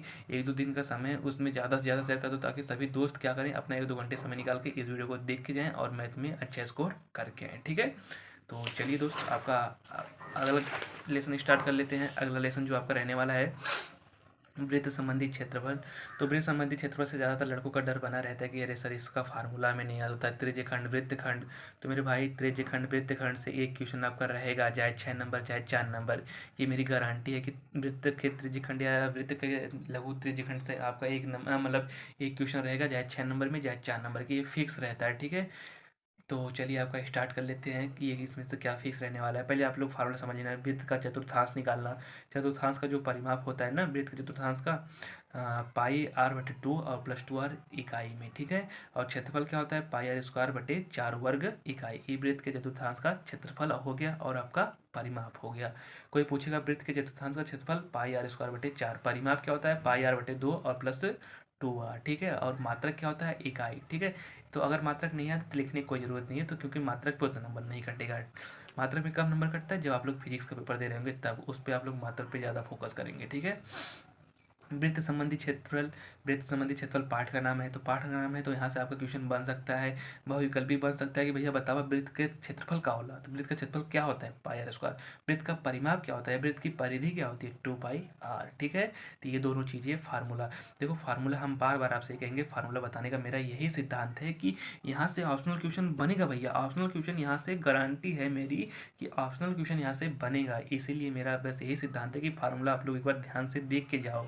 ठीक है, तो चलिए अब त्रिज्यखंड के चाप की लंबाई क्या होती है, यल इक्वल टू थीटा बटे 360 और 2 पाई आर। क्वेश्चन बनने वाला फार्मूला, क्वेश्चन बनने वाला फार्मूला दोस्त, फटाफट इसको याद करके जाओ। क्वेश्चन बनने वाला फार्मूला है ये, यल इक्वल टू थीटा बटे 360 गुणे 2 पाई आर। ये सब क्वेश्चन बनने वाले फार्मूले हैं, इसको आप लोग कवर कर लेना। ठीक है, वृत्त के त्रिज्यखंड का क्षेत्रफल, क्वेश्चन बनने वाला फार्मूला, यहाँ से 4 नंबर या 6 नंबर क्वेश्चन बनने वाला फार्मूला सब कह रहे हैं ये सब। ठीक है, तो ये दोनों फार्मूले जो आपके लिए बहुत इंपॉर्टेंट है, यानी क्वेश्चन बनने वाले फार्मूले यहाँ से या आपका ऑप्शनल देखने को मिल जाएगा। ठीक है, तो इसको आप लोग कवर कर लेंगे। तो चलिए दोस्त, लंबाई के रूप में त्रिज्यखंड 1/2 यल गुणे आर। ठीक है, ये भी इंपॉर्टेंट है, इसको भी पढ़ लेंगे। और एक सबसे इंपॉर्टेंट जहाँ से 6 नंबर बन सकता है ये वाला आपका कि दीर्घवृत्त का क्षेत्रफल। ठीक है, दीर्घवृत्त का क्षेत्रफल क्या होता है पाई आर स्क्वायर माइनस लघु वृत्तखंड का क्षेत्रफल। तो पहले आप लोग लघु, अगर पूछेगा दीर्घ का तो आप लोग पहले लघु का निकालेंगे, उसी को जाके पाई आर स्क्वायर में से घटाएंगे तो आपका मिल जाएगा दीर्घ का। ठीक है, तो ये सब इंपॉर्टेंट फार्मूले आप लोग के लिए बहुत ही अच्छे से इसको आप लोग कवर कर लेंगे। ठीक है, तो चलिए दोस्त आपके अगला बात कर लेते हैं जो आपका लास्ट बचा है, आपका है पृष्ठीय क्षेत्रफल और आयतन। ठीक है, तो पृष्ठीय क्षेत्रफल और आयतन से जो आपका फार्मूला बन सकता है एक घनाभ से यल गुणे बी गुणे एच और 2 संपूर्ण पृष्ठ। हम नहीं कहेंगे दोस्त आपको इतना फार्मूला याद करना है। ठीक है, इसके स्थान पे अथवा करके दे देगा। अगर आप लोग को नहीं याद होता है ना, अगर नहीं याद होता है तो इसको लेसन को आप लोग छोड़ भी सकते हो। क्यों छोड़ सकते हो, क्योंकि इसके स्थान पे अथवा वाला क्वेश्चन बन सकता है। ठीक है, और ज़्यादातर क्या क्वेश्चन बनता है बेलन का और गोला का, बेलन का और गोला का। तो बेलन और गोला को अच्छे से पढ़ लो, बाकी छोड़ दो। ठीक है, इसलिए ये मत कहना कि सर जी बता रहे हैं छोड़ने के लिए तो बिल्कुल पूरा छोड़ के जाएँ। यार दोस्त हमारा छोड़ने का मतलब, छोड़ने से सिद्धांत ये मतलब है ना कि यहाँ से क्वेश्चन बनेगा तो आप लोग अगर कर लेते हो अच्छे से, अगर आपको आता है, लेकिन कुछ बच्चों को नहीं आता है कौन सा फॉर्मूला लगेगा, क्या कब हम लोग पृष्ठीय क्षेत्रफल लगाएंगे, कब क्या लगाएंगे। जब जिन बच्चों को नहीं आता उनके लिए बता रहे हैं, ये पार्ट को छोड़ के वो अगला पार्ट तैयार कर सकते हैं, क्योंकि वहाँ से उनके आता हुआ वाला क्वेश्चन मिल जाएगा। ठीक है, तो जिन बच्चों का अगर नहीं याद है तो वो आप इसको छोड़ भी सकते हो, अगर नहीं आता है, नहीं समझ में आ पाता है तब। वैसे आ जाता है तो अच्छी बात है। जैसे घनाभ आयतन यल गुणे बी गुणे एच, संपूर्ण पृष्ठ 2 LB BH EH L, विकर्ण l square b square h square, चारों दीवारों का क्षेत्रफल 2L+B गुणे एच। ठीक है, ये हो गया। अब घन का आयतन AQ, संपूर्ण पृष्ठ 6 स्क्वायर, विकर्ण 1 3, पृष्ठीय क्षेत्रफल 4A स्क्वायर। ठीक है, कभी कभी अगर 4 नंबर का 6 नंबर का बनाएगा ना तो उसमें गोला और विकर्ण को, सॉरी, गोला और बेलन को आपस में जोड़ के बनाता है। ठीक है, जैसे शंकु और बेलन को जोड़ के बनाएगा, हमेशा दो लोग को जोड़ के बनाता है। ठीक है, हमेशा अगर अगर देखो अगर 2 नंबर में देता है तो नहीं जोड़ेगा, लेकिन अगर 4 या 6 नंबर में देता है ना तो जोड़ के बनाएगा। जैसे अभी आपस में मिक्स करके, अभी तुमको गोला दे देगा तो आसानी से कर लोगे, बेलन दे देगा आसानी से कर लोगे, तो इसलिए वो गोला बेलन को साथ देगा, बेलन शंकु को साथ देगा, किसी को साथ दे सकता है, या अर्ध गोला बेलन को दे दिया तो किसी भी चीज़ को दे सकता है। तो उसके अगर आपको करना है तो उसके लिए आपको फार्मूला याद होना चाहिए। जैसे लंबवृत्तीय बेलन का अगर पूछ दिया जाए भैया लंबवृत्तीय बेलन का आयतन बताओ, तो πr² एच, और वक्र पृष्ठ क्षेत्रफल 2πr/h, संपूर्ण पृष्ठ 2πr कोष्टक में h+r। अब इसी प्रकार खोखले का होता है तो खोखले में एक r और आपका जुड़ जाता है। ठीक है, आयतन πr² मैस r² और पानी h, 2π capital R small r कोष्टक के बाहर h, संपूर्ण पृष्ठ 2πr/h, फिर 2πr² r²। ठीक है, कैपिटल R² मैस r²। अब भैया गोला हो गया, तो गोला का जो आयतन होता है 4/3πr³, वक्र पृष्ठ क्षेत्रफल 4πr²। खोखले गोले का आयतन 4/3πr³ - r। जहाँ खोखला बेलन लगा, खोखला बेलन जहाँ भी लगा उसमें आप लोग को एक चीज़ नोट याद रखना है कि उसमें 2r का मान हो जाता है, 2r का मान, यानी एक कैपिटल R और एक स्मॉल r, दो चीज़ें हो जाती हैं r की वैल्यू। ठीक है, तो खोखले बेलन का जो आयतन होता है वो r और कैपिटल R मतलब दो चीज़ों में डिवाइड हो जाता है। ठीक है, और एक होता है अर्धगोले का आयतन, तो अर्धगोले का आयतन 2/3πr³ और ओकर पृष्ठीय क्षेत्रफल 2πr², संपूर्ण पृष्ठ 3πr²। ठीक है दोस्त। हाँ, एक चीज़ और बता दें दोस्त, हम सब्सक्राइब करने के लिए नहीं बोलेंगे, हम ये नहीं कहेंगे यार मेरा आप चैनल सब्सक्राइब कर लो, इसको ऐसा करो, ये करो, चैनल को ये कर दो। मेरे भाई आप लोग कुछ मत करो, बस मेरा सिद्धांत ये है कि जो हमने वीडियो बनाया है बस आप इस वीडियो को देख लो, क्योंकि ये सब्सक्राइब नहीं करोगे फिर भी चलेगा, लेकिन आप लोग वीडियो को देख के जाएंगे, क्योंकि वीडियो को देख के जाने का मतलब ये है ना कि आप लोग का क्वेश्चन तैयार हो जाएगा और आप लोग मैथ में अच्छा स्कोर करके आओगे, और तब आप कहीं ना कहीं मुझे एक बार याद करोगे, हाँ सर ने सही बताया था कि सर के बताए हुए क्वेश्चन हमें परीक्षा में मिले। क्योंकि एक अध्यापक आपसे यही चाहता है कि वो आपको ऐसा क्वेश्चन बता दे कि जो आपको परीक्षा में देखने को हूबहू मिल जाए, ताकि उसको भी खुशी मिलती है कि हाँ हमारे पढ़ाने हुए से कुछ आया है। ठीक है दोस्त, बस हमें यही चाहिए कि हमारे दोस्त जितने भी साथी जो हमसे जुड़े हैं, जो हमसे नए भी जुड़े हैं, जो वीडियो को पहली बार देख रहे हैं, बस वो प्री बोर्ड एग्जाम में अच्छा स्कोर करके आए और उनके हमें बताए हुए हमारे जितने भी प्रश्न हैं वो सब हमको मिल जाए। ठीक है, उसकी जो एक खुशी होती है वो अलग लेवल की होती है। ठीक है, चैनल ना सब्सक्राइब ना करो चलता है, लेकिन वो खुशी जब मिलती है भाई सब पूछो मत। ठीक है, तो बस मुझे वही खुशी चाहिए कि जितने भी हमारा बताया हुआ क्वेश्चन है वो सब परीक्षा में मिल जाए। ठीक है, बस मेरा यही मन में रहता है कि बस वो क्वेश्चन आपको मिल जाए और आप लोग अच्छे से करके आओ। ठीक है, अब देखो एक लास्ट पार्ट था, तो लास्ट पार्ट वाला जो फार्मूला बचता है आपका, ये क्या नाम था, सांख्यिकी वाला। ठीक है, तो सांख्यिकी वाला फार्मूला आप लोग समझ लेना यहाँ से क्या होता है। स्टैटिक्स का आपका एक क्वेश्चन, दो क्वेश्चन रहेगा, एक बहुलक, एक माध्यिका या एक माध्य, ये तीन से। एक विचरण गुणांक था, विचरण गुणांक काट के निकाल दिया गया तो वो ज़्यादातर पूछता नहीं है, जो बचा है उसी को आप लोग को याद करके जाना है। ठीक है, पग विचलन विधि भी ज़्यादा इंपॉर्टेंट रहती है तो उसको भी आप लोग एक बार पढ़ लेंगे। ठीक है, जैसे स्टैटिक्स में क्या होता है ना, कम माध्य ज्ञात करने की 3 विधियाँ होती है, एक प्रत्यक्ष, एक कल्पित, एक आपकी पग विचलन। तो तीनों में से किसी को पूछ सकता है, जैसे माध्य पूछ या समांतर माध्य की प्रत्यक्ष विधि, प्रत्यक्ष में बारंबारताओं और वर्ग अंतराल का आपस में गुणा करके डायरेक्टली बारंबारताओं का योग निकाल लो और उसका जो मल्टीप्लाई करने पे है उसका योग निकाल लो, डिवाइड कर दो, आपका सिंपल सब मिल जाता है प्रत्यक्ष विधि। तो सिग्मा या summation of F I X I और बटे समेसन ऑफ एफ आई, ये हो गया आपकी प्रत्यक्ष विधि। ठीक है, अब हो गई आपकी कल्पित विधि। कल्पित विधि में क्या होता है भैया, कल्पित विधि में होता है a plus summation of F I और X I, sorry F I और डी आई बटे समेसन ऑफ एफ आई। ठीक है, तो दोस्त अगला देख सकते हैं विचलन विधि। विचलन विधि में ना समांतर मान निकालने की a+h कोष्टक में summation of F I U I और समेशन ऑफ एफ आई। ठीक है, यू आई इक्वल टू का फार्मूला जो होता है वो होता है X I minus A upon H. अभी दोस्तों ना अगर वीडियो में हमारे पास 4-5 घंटे का समय रहता तो बिल्कुल आराम से आपको बताते, एक फार्मूला बताते, एक सवाल बताते। ठीक है, उस तरीके अगर आप लोग उस तरीके से पढ़ते तो भगवान कसम आप लोग को ऐसा तैयार हो सकता है कि आप लोग सोच नहीं सकते। क्यों? क्योंकि एक फार्मूला और उसके साथ सवाल, तो उसके साथ भाई साहब अगर एक बार एग्जाम मतलब जो भी आपको पढ़ा रहा है एक बार वो फार्मूला बताएगा, एक बार उसको लगा कर बताएगा, फिर दूसरी बार जब आप लोग लगाओगे ना तो वो चीज़ें आपको ज़िंदगी भर नहीं भूलेंगे। क्यों?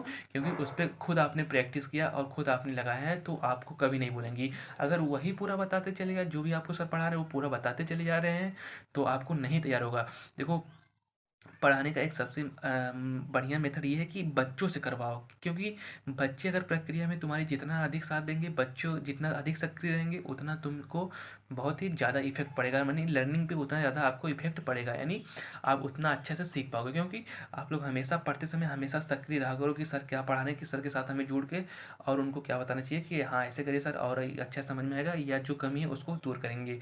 अगर बच्चे ही सक्रिय नहीं हैं आजकल के, तो भाई पढ़ाई तब नहीं हो पाएगी। इसलिए आप लोग दोस्त दोनों लोग, चाहे आप लोग छात्र हो और फिर चाहे सर जी हो, आप तो सबके साथ मिलके सक्रिय रहिए। ठीक है, तो चलिए आपका अगला क्वेश्चन देख लेते हैं, जहाँ से क्वेश्चन बन सकता है भैया मोस्ट इंपॉर्टेंट, बार बार हम करें कि आपके लिए मोस्ट इंपॉर्टेंट है।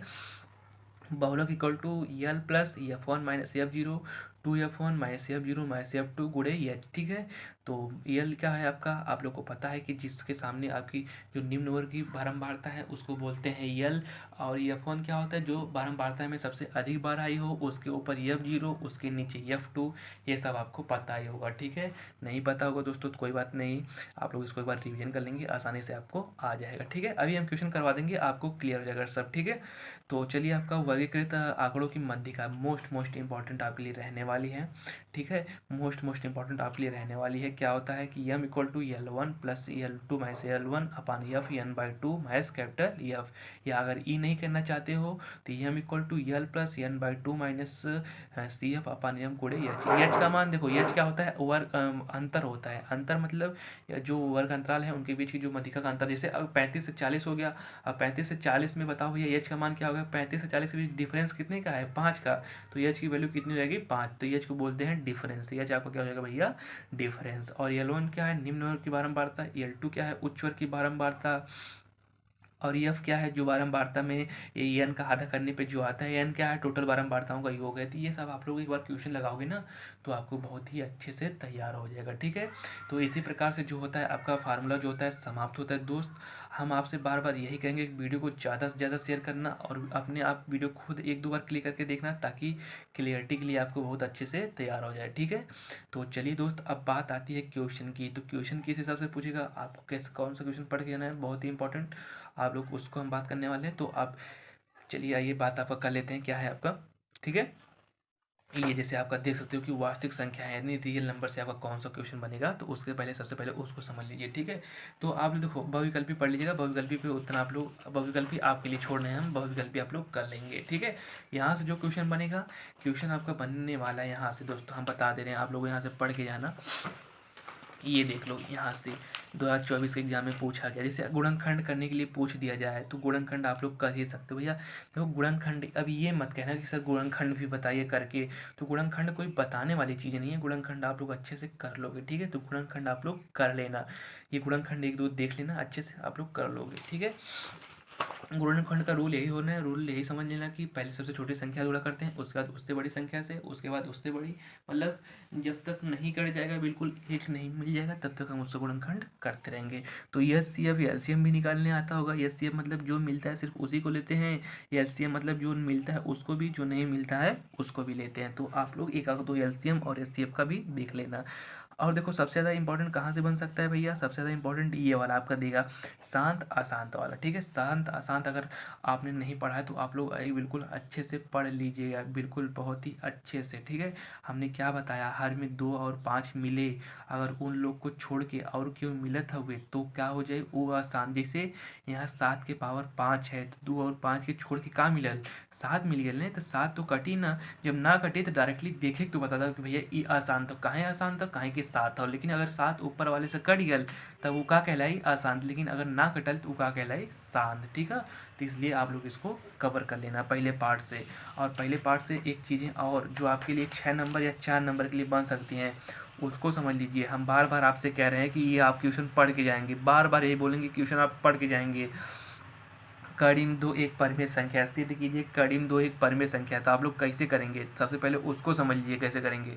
इसको करने के लिए सबसे पहले हमने इसको बता दिया है, आप लोग क्या करेंगे मानेंगे। अगर नहीं आ रहे दोस्त ना, देखो यहाँ से हम एक बार फिर से आपको बता देंगे आपको करना क्या है। जैसे अभी आपको सिद्ध करना क्या है, कड़ी में दो, ठीक है, कड़ी में दो क्या है, एक परिमेय संख्या है, अपरिमेय सिद्ध करना है। तो सबसे पहले मान लेना कड़ी में दो equal to a by b, बिल्कुल अच्छे से यहाँ पर डाल देना सल्यूशन। ठीक है, सल्यूशन नहीं डालना तो लिख देना आपका आंसर, कुछ भी डाल देना आराम से बिल्कुल। यहाँ ऊपर मान लेना माना दो धन पूर्णांक ए और बी है।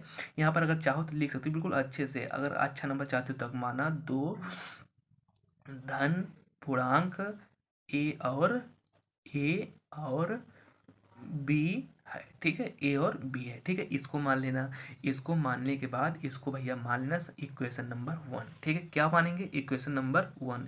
इक्वेशन 1 का हमें क्या करना है, दोनों पक्षों का वर्ग करना है। क्या करना है, दोनों पक्षों का वर्ग लिख देना है ऐसा ही, दोनों पक्षों का वर्ग। जितनी अच्छी हैंड राइटिंग उतना अच्छा आपका नंबर मिलेगा।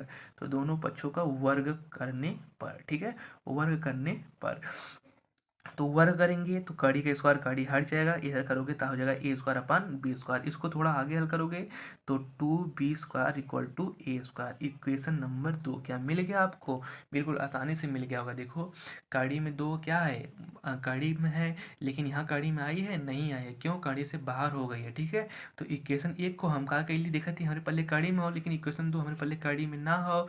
तो इक्वेशन 1 जो हो वो अपरिमेय संख्या हो, और ई का हो, ई कौन हो आपके परिमेय संख्या। क्यों परिमेय संख्या, क्योंकि जो कड़ी में आती है वो होती है अपरिमेय, जो कड़ी से बाहर आती है वो क्या होती है परिमेय संख्या। तो परिमेय और अपरिमेय बराबर नहीं हो सकती, इससे ये विरोधाभास उत्पन्न होता है कि कड़ी में दो क्या है, एक परिमेय संख्या। और आपको पूरा मिल जाएगा 2 नंबर बहुत ही अच्छे से। तो इसलिए इस प्रकार के जितने भी क्वेश्चन है आप लोग मेरे भाई मेरे साथी एक बार अच्छे से कवर कर लेंगे। ये नहीं कि सर एक ही क्वेश्चन बताएं तो आप लोग एक ही पढ़ के जाओ, एक हम बताएं तो 2-4 आप अपने से प्रैक्टिस कर लेंगे मेरे साथी।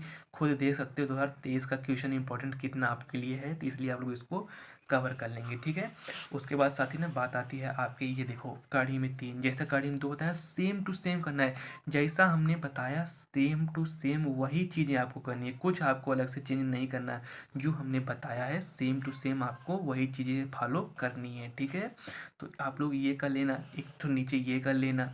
ठीक है, ये सब जिसमें हम टिक किए आप लोग इसको करके जाएंगे मेरे साथी, मत छोड़ के जाइएगा, क्योंकि अब आपके पास ये दिन नहीं कि चलो छोड़ देते हैं इस टाइम पढ़ लेंगे। अब जो आपके हम बता रहे हैं आप लोग पढ़ते चलेंगे। ठीक है, उसके बाद बात आती है आपका इसका शांत अशांत पढ़ लीजिएगा। ठीक है, शांत अशांत, ठीक है, एक शांत पढ़ लीजिएगा और अशांत, ये जैसा भी हमने बताया। ठीक है, तो अब ज़्यादा कुछ नहीं पढ़ना है, बस इतना ही आपको करना है। क्या पढ़ना है, एक लस मस शांत अशांत और एक है ये जो हमने बताया, बस और कुछ नहीं बताना है। ठीक है, ये आप लोग पढ़ लेंगे साथी। ठीक है, किसी भी कीमत से पढ़ के ही जाएंगे। ठीक है, तो यहाँ से आपका पहला पार्ट समाप्त होता है। 5 नंबर इतने में से बनाएगा, इसके बाहर से आपका 5 नंबर कुछ नहीं बनाएगा। एक है ई फिक्स है, ई फिक्स हर साल आता है। जैसे कड़ी में 3 है तो कुछ में कड़ी में 3 ही देखने को मिलेगा, और कुछ में कड़ी में 2 मिलेगा, कुछ में मिल सकता है कि 3 कड़ी में 2, लेकिन मिलेगा ई फिक्स है। ठीक है, तो आप लोग इसको कवर कर लेंगे। शांत अशांत मिलेगा, इसको कवर कर लेंगे। एचसीएफ एलसीएम मिलेगा, आपका 5 नंबर देखने को मिल जाएगा। ठीक है, अब आइए आपका अगला स्टार्ट कर लेते हैं। अगला आपका बहुपद है।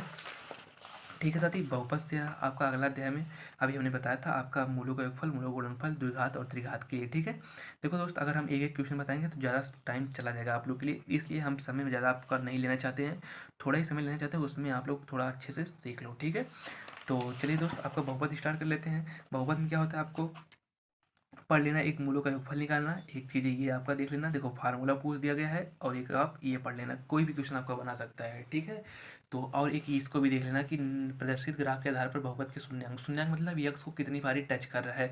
तो यक्स को एक बार यहाँ टच कर रहा है, एक बार यहाँ कर रहा है, एक बार यहाँ कर रहा है, एक बार यहाँ कर रहा है। तो जो विकल्प होगा 4, विकल्प 4 आप लोग क्या करना लगा देना, तो विकल्प जो आपका हो जाएगा वो 4 आपका आंसर हो जाएगा। ठीक है साथी, तो आप लोग इसको कवर कर लेंगे। ठीक है, और हाँ, यहाँ से क्या क्वेश्चन बन सकता है उसको समझिए। जो बन सकता है क्वेश्चन, देखो एक शून्यांकों की भी सत्यता की जांच वाला पढ़ लेना, एक पढ़ना उसका मेथड पढ़ लेना, उसी के आधार पे आपको सभी क्वेश्चन मिल जाएंगे, ठीक है।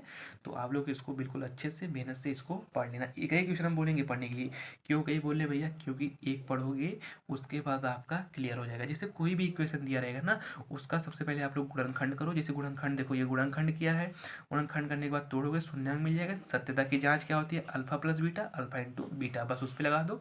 ये 4 नंबर का क्वेश्चन देगा भैया, उससे कम नहीं देगा। ये मत सोचना कि ये 2 नंबर का देगा, 4 नंबर का। अगर 2 नंबर का दिया तो गुणनखंड देगा, उससे ज़्यादा कम कुछ नहीं देगा। तो आप लोग इसको आप लोग अच्छे से पढ़ लेना, ठीक है।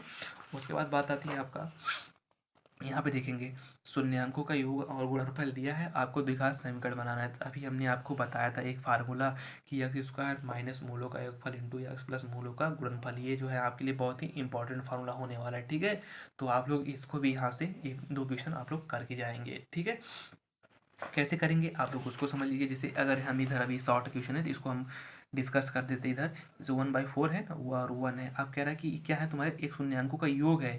योग मतलब एक तुम्हारे अल्फा प्लस बीटा है इक्वल टू 1/4, एक तुम्हारे अल्फा और इंटू बीटा है आपकी क्या है 1 है। अब हमें द्विघात समीकरण ज्ञात करना है, तो लिख देना कि अरे हम जानते हैं भैया, ऊपर लिख देना कि हम जानते हैं, ठीक है। हम जानते हैं, वी नो दैट, हम क्या जानते हैं भैया, x square minus alpha plus beta, और आपका बाहर एक्स और अल्फा इंटू बीटा। तो x square alpha plus beta का मान क्या है भैया 1/4 एक्स और 1, ठीक है।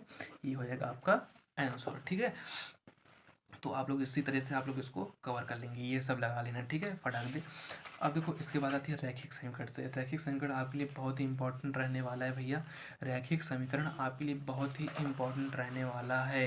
क्यों रहने वाला है, क्योंकि यहाँ से आपका 6 नंबर का क्वेश्चन बनने वाला है। 6 नंबर क्वेश्चन कैसे बन सकता है पहले उसको समझ लीजिए। ये देखो 3 चीज़ें आपको दिख रही होंगी, नीचे नहीं दिख रही होंगी, ध्यान से सुनिएगा, देखिएगा। रेखाएं प्रतिच्छेद करती हैं, कब प्रतिच्छेद करती, जब ये कंडीशन आपकी बनती है तब।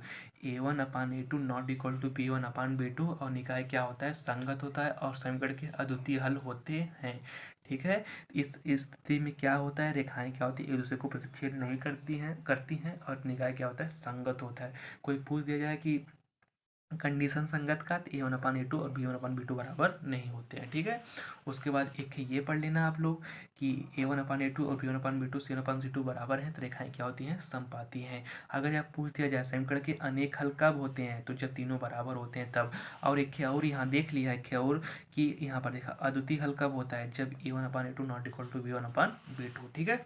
और एक लास्ट है असंगत समीकरण कब होता है, जब ये तीनों दो बराबर होते हैं एक बराबर नहीं होते हैं, तभी क्या होते हैं, असंगत समीकरण। क्यों, क्योंकि यहाँ से मेरा बताने का ही मतलब है ना कि आपको ऑप्शन में देखने को मिल जाएगा, ठीक है। तो चलिए दोस्त, इस वाले पार्ट में कौन सा इंपॉर्टेंट है, बीजगणित में से आपका 18 नंबर बनेगा। 18 नंबर में से ई वाला जो पार्ट है आपके लिए बहुत ही हेल्पफुल है, तो इसलिए आप लोग इसको पढ़ के जाएंगे बहुत ही अच्छे से, ठीक है। जैसे यहाँ पर देखो आपका इंपॉर्टेंट क्वेश्चन कौन कौन सा है, जैसे ये देख लो, इसको देख लेना। पी के किन मानों के लिए अद्वितीय हल, अद्वितीय हल में अभी हमने आपको बताया, क्या बताया कि जब तुम समीकरण का a1 और a2 b1/b2 बराबर नहीं होते हैं तब क्या होता है, अद्वितीय हल होता है। तो लिख देना कि हम जानते हैं समीकरण का अद्वितीय हल कब होता है, a1/a2 जब b1/b2 आपस में बराबर होते हैं तभी होता है, ठीक है। a1 का मान आपका, b1 का मान, a2 का मान, b2 का मान सब रख देना, बस जो आपका हल होएगा वो हो जाएगा आपका आंसर, ठीक है। तो यहाँ से अद्वितीय से और संपाती से और प्रतिच्छेदी से ना, यहाँ से आपका रहने वाला था, इसको आप लोग कवर कर लेना, बहुत ही अच्छे से कवर कर लेना, ठीक है। और हाँ, ये देखो एक चीज़ और हम बता दें, ये वाला आपका यहाँ से देखो, ये वाले जो क्वेश्चन है आपका, एक आयताकार बाग का परिमाप, ठीक है, आयताकार बाग का परिमाप, ये आपके लिए इंपॉर्टेंट क्वेश्चन है। तो आपको एक चीज़ याद रखनी है यहाँ पर साथी, आयत का परिमाप क्या होता है, 2 कोष्ठक में यल प्लस बी, ठीक है। और ये क्षेत्रफल क्या होता है, लंबाई गुणे चौड़ाई। ये 2 चीज़ें आप लोग को याद कर लेना, एक आयत का परिमाप, एक आयत का क्षेत्रफल, क्योंकि आयत वाला भी सवाल आप में दे सकता है। आयत का परिमाप चाहे वृत्त का परिमाप और वृत्त का क्षेत्रफल। तो वृत्त का परिमाप 2πr और जो क्षेत्रफल होता है πr²। लेकिन वहीं पर अगर हम बात करें आयत की, तो आयत की बात करने पर 2l प्लस बी और यल गुणे बी मिलता है आपका, ठीक है। तो बहुत ही मोस्ट इंपॉर्टेंट क्वेश्चन है आपका। और हाँ, एक चीज़ 6 नंबर वाला क्वेश्चन देखो दिलाने वाली है आपको। 6 नंबर बहुत ही इंपॉर्टेंट क्वेश्चन है कि किसी अंश के हर में, तो आप लोग सुनना ध्यान से कि देखो अगर इस तरह के अंश और हर वाला क्वेश्चन मिलता है तो आपको सर्वप्रथम भिन्न मानना है, जैसे भिन्न एक्स बटे वाई। अब भैया तो उसे सिंपल से कहा तो कि अंश में तो जो ऊपर वाला होता है अंश आपको पता है, जैसे ये देखा अब कार्यों के किसी भिन्न के अंश और हर में दोनों में 2 जोड़ दिया जाए तो वो 9/11 हो जाती है। तो अंशों में 2 जोड़ दा, हरों में 2 जोड़ दा, चलो 2 ऐड कर दो जाए तो का हो जाला 9/11। इक्वेशन नंबर 1 तिरे गुणा करके आप लोग आसानी से कर सकते हो। अब दूसर की टाइम में हम का ले हो कि अंश और हर दोनों में 3 जोड़ दिया जाता है तो 5/6 हो जाली। तो भैया इहिम ना अगले बढ़िया 3 जब जोड़ देवल जाला तो वो का हो जाला 5/6 हो जाला समीकरण नंबर 2। अब समीकरण 1 और 2 जब आपने बना लिया तो आप लोग उसको आसानी से कर सकते हो ना। और हाँ, एक चीज़ें और, हमने आपको समीकरण हल करने की विधि बताया था, एक विलोपन, प्रतिस्थापन, वज्रगुणन। तो वज्रगुणन आप में नहीं है, वज्रगुणन को आपको नहीं पढ़ना है, विलोपन और प्रतिस्थापन पढ़ना है। तो आप लोग इसको किसी भी विधि से आप लोग हल कर सकते हो बिल्कुल आसानी से। हल करने से पहले एक बार तिरे गुणा कर लेना, उसके बाद आप लोग आसानी से हल कर लेना। तो इसलिए ये वाला भी क्वेश्चन आप लोग अच्छे से पढ़ के जाएंगे, ठीक है। उसके बाद और आपका जो रहने वाला है ना भैया, हाँ इधर आपका बता दें, ये आपका बहुत ही इंपॉर्टेंट 6 नंबर को, या 6 नंबर में तो कंफर्म 6 नंबर में आपको देखने को मिल जाएगा, ठीक है। ये वाला ठीक है दोस्त। जैसे 2 अंकों की एक संख्या, उसके अंकों पलटने बनी संख्या का योग 66 है, यदि अंकों का अंतर 2 है तो वो संख्या ज्ञात कीजिए। अब कुछ बच्चे इसी में कंफ्यूज हो जाएंगे, तो अभी जो बच्चे जिनको हमने बताया था पहले ही कि हमेशा हमेशा 2 अंकों की संख्या क्या मानते हैं, आप लोग हमेशा एक चीज़ नोट में याद रख लीजिए कि 2 अंकों की संख्या, कुछ बच्चे तो एक्स और वाई मान लेते हैं, लेकिन 2 अंकों की संख्या, 2 अंकों की जो संख्या होती है वो हमें आपको बता चुके हैं कि 2 अंकों की संख्या हमेशा मानते हैं यक्स 10x+y, ये हमेशा मानते हैं, ठीक है। 10x+y है, इतना तो आप लोग कर ही लेगा, आराम से कर लेगा। अब आगे पढ़ा का कहा था 2 अंकों के संख्या और उनके अंकों को पलट दा, अंक मतलब जो इकाई हो दहाई के दा, दहाई हो के इकाई के दा, तो यहाँ लिख दा अंकों को लिखा, क्योंकि लिखने से अच्छा नंबर मिलेगा। अंकों को पलटने, ठीक है, अंकों को पलटने, जैसे बता रहे हैं वैसे ही लिखना मेरे भाई, क्योंकि यार हम खुद बता रहे हैं, हम खुद एक्सपीरियंस के आधार पे कम से कम ये देखें कि एग्जामिनर आपको नंबर कैसे देता है उसके आधार पे बता रहे हैं। कुछ बच्चे डायरेक्टली लिख के चले जाते हैं, भैया हम जो लिख के आ रहा है उसको लिखने दो, लेकिन तुम लोग क्या करना भैया, अच्छे से 2 अंकों की संख्या, अंकों को पलटने पर बनी संख्या, इसको अच्छे से पढ़ के आना। तो अंकों को पलटने की बनी संख्या पलट दो भैया, का हो जाएगी जरा बताइए, 10y+x, ठीक है। अंकों पलटने पर बनी संख्या, यहाँ पर लिखते हैं अंकों को पलटने पर बनी संख्या, ठीक है, संख्या, ठीक है, अच्छे से हैंड राइटिंग में लिखना, ठीक है। का कहते हैं बनी संख्या, ध्यान से ना तू सुना भैया, जब क्वेश्चन का एक एक टॉपिक पढ़ोगे ना, ये नहीं बना के दाल पढ़ के निकल जाइए, टाइम है आपके पास, 3.5 घंटे का समय है। तो इसलिए बिल्कुल आसानी से, बिल्कुल मेहनत से और मन से क्वेश्चन को पढ़ना, आप लोग को अच्छे से आ जाएगा, ठीक है। तो अंकों के पलटने पर बनी संख्या, जैसे अब हम ये हो पहला ई हो, पलटला ई बनल है, ओकर योग, योग मतलब आप लोगन के पता होला एक्स होला का हुए 66 हो, बोला हो कि ना। अब हो तो एक तो वालों आगे हल कह सकेला, 10 में 1 जोड़बा तो 11x और 11y बराबर 66। इक्वेशन नंबर 1 चाहे तो एक x+y=6 लिख सकेला। समीकरण नंबर 1। अब कहा 6 कहाँ से आयल, तो जो बच्चे समझदार हैं तो वो तो कर लेंगे, जिनको नहीं आ रहा है तो वो 11 कामन करके काट देवा तब वो 6 आ जी, ठीक है। ये हुआ अभी एक लाइन, अभी पूरा खत्म नहीं हुआ है। का तो संख्या के अंकों का अंतर, संख्या के अंकों का अंतर, इना का तो संख्या का अंतर, ये कुछ नहीं, यही में से घटा देना अंकों का अंतर। तो एक बात ये सुनना ध्यान से कि 2 अंकों की संख्या के अंक हमेशा x+y होते हैं, ठीक है। तो उनके अंक मतलब क्या हो जाएंगे, x-y आपका 2, इक्वेशन नंबर 2।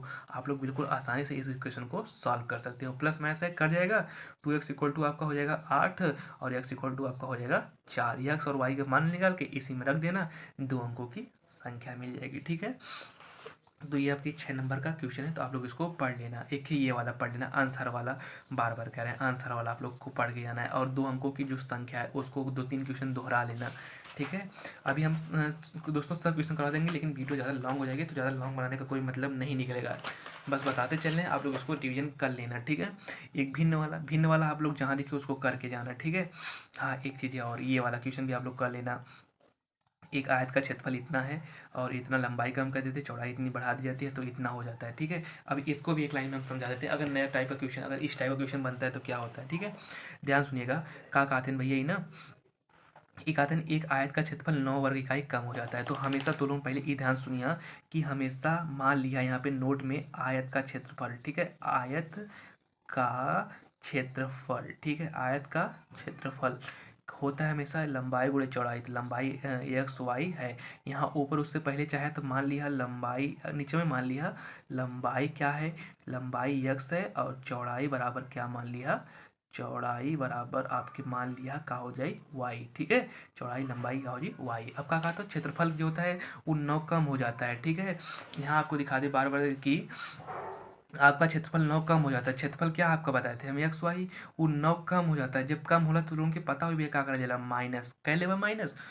उसके बाद क्यों कम हो जाता है, क्यों, यदि इसकी लंबाई 5 इकाई कम दी जाए, चौड़ाई 3 इकाई बढ़ा दी जाए, लंबाई को हमने क्या मान लिया एक्स, वो 5 इकाई कम कर दी जाए, ठीक है, 5 इकाई कम मतलब माइनस कर दा, गुणे चौड़ाई बढ़ा दा, चौड़ाई 3 बढ़ा दा, बोला हो जाए कि ना हो जाए। एकदम अच्छा क्वेश्चन यार, ज़्यादा कठिन नहीं है, एक बार पढ़ोगे आसानी से आ जाएगा।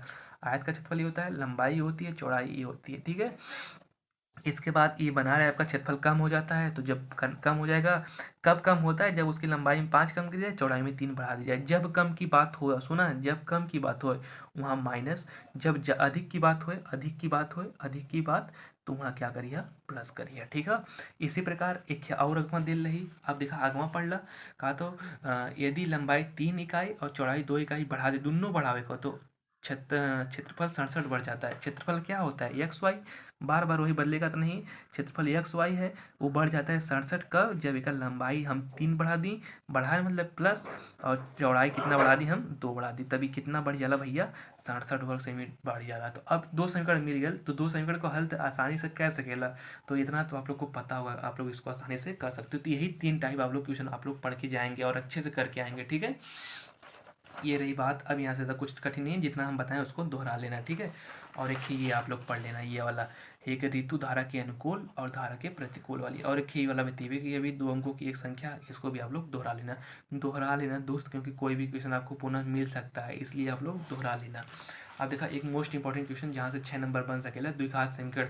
द्विघात समीकरण में भी हम आप लोग की बतैली है विभेदकर नियम, और कौन नियम बतैली है, आपका सिद्धाचार्य। तो वो 2 नियम आप लोग याद कर लेना। वो 2 नियम याद करने के बाद जो आपकी बात आती है, ठीक है, गुणनखंड सबके वाला, तो गुणनखंड पे ज़्यादा हम बात नहीं कर रहे हैं। गुणनखंड मतलब पहले और तीसरे पद को जोड़ के जो बीच वाला पद मिलता है उसी गुणनखंड बोलते हैं। आप लोग को पता होगा गुणनखंड में ज़्यादा कुछ कठिन कार्य नहीं होता है, तो गुणनखंड आप कर लेंगे। इसमें से कौन सा क्वेश्चन इंपॉर्टेंट है कौन सा नहीं है उसको आप लोग पहले समझ लीजिए, ठीक है। ये देखिए आपका इंपॉर्टेंट क्वेश्चन यहाँ से, अभी आप लोग बहुविकल्पी आसानी से कर लेंगे, और बहुविकल्पी के बाद आप लोग का जो ये था क्या नाम है, विभेदकर निकालना, ये सब आप लोग कर लेंगे, क्योंकि ये आप लोग आसानी से कर, जैसे विभेदकर अब निकालने के लिए बोल ले तो तुम्हें फार्मूला पता ना, डी बराबर का होला बी स्क्वायर माइनस 4ac, तो यहाँ से झोंक दे तुरंत उठा के तुरंत आ जाइए, ठीक है। इसमें जो इंपॉर्टेंट है पहले उसको समझ लीजिए, ठीक है।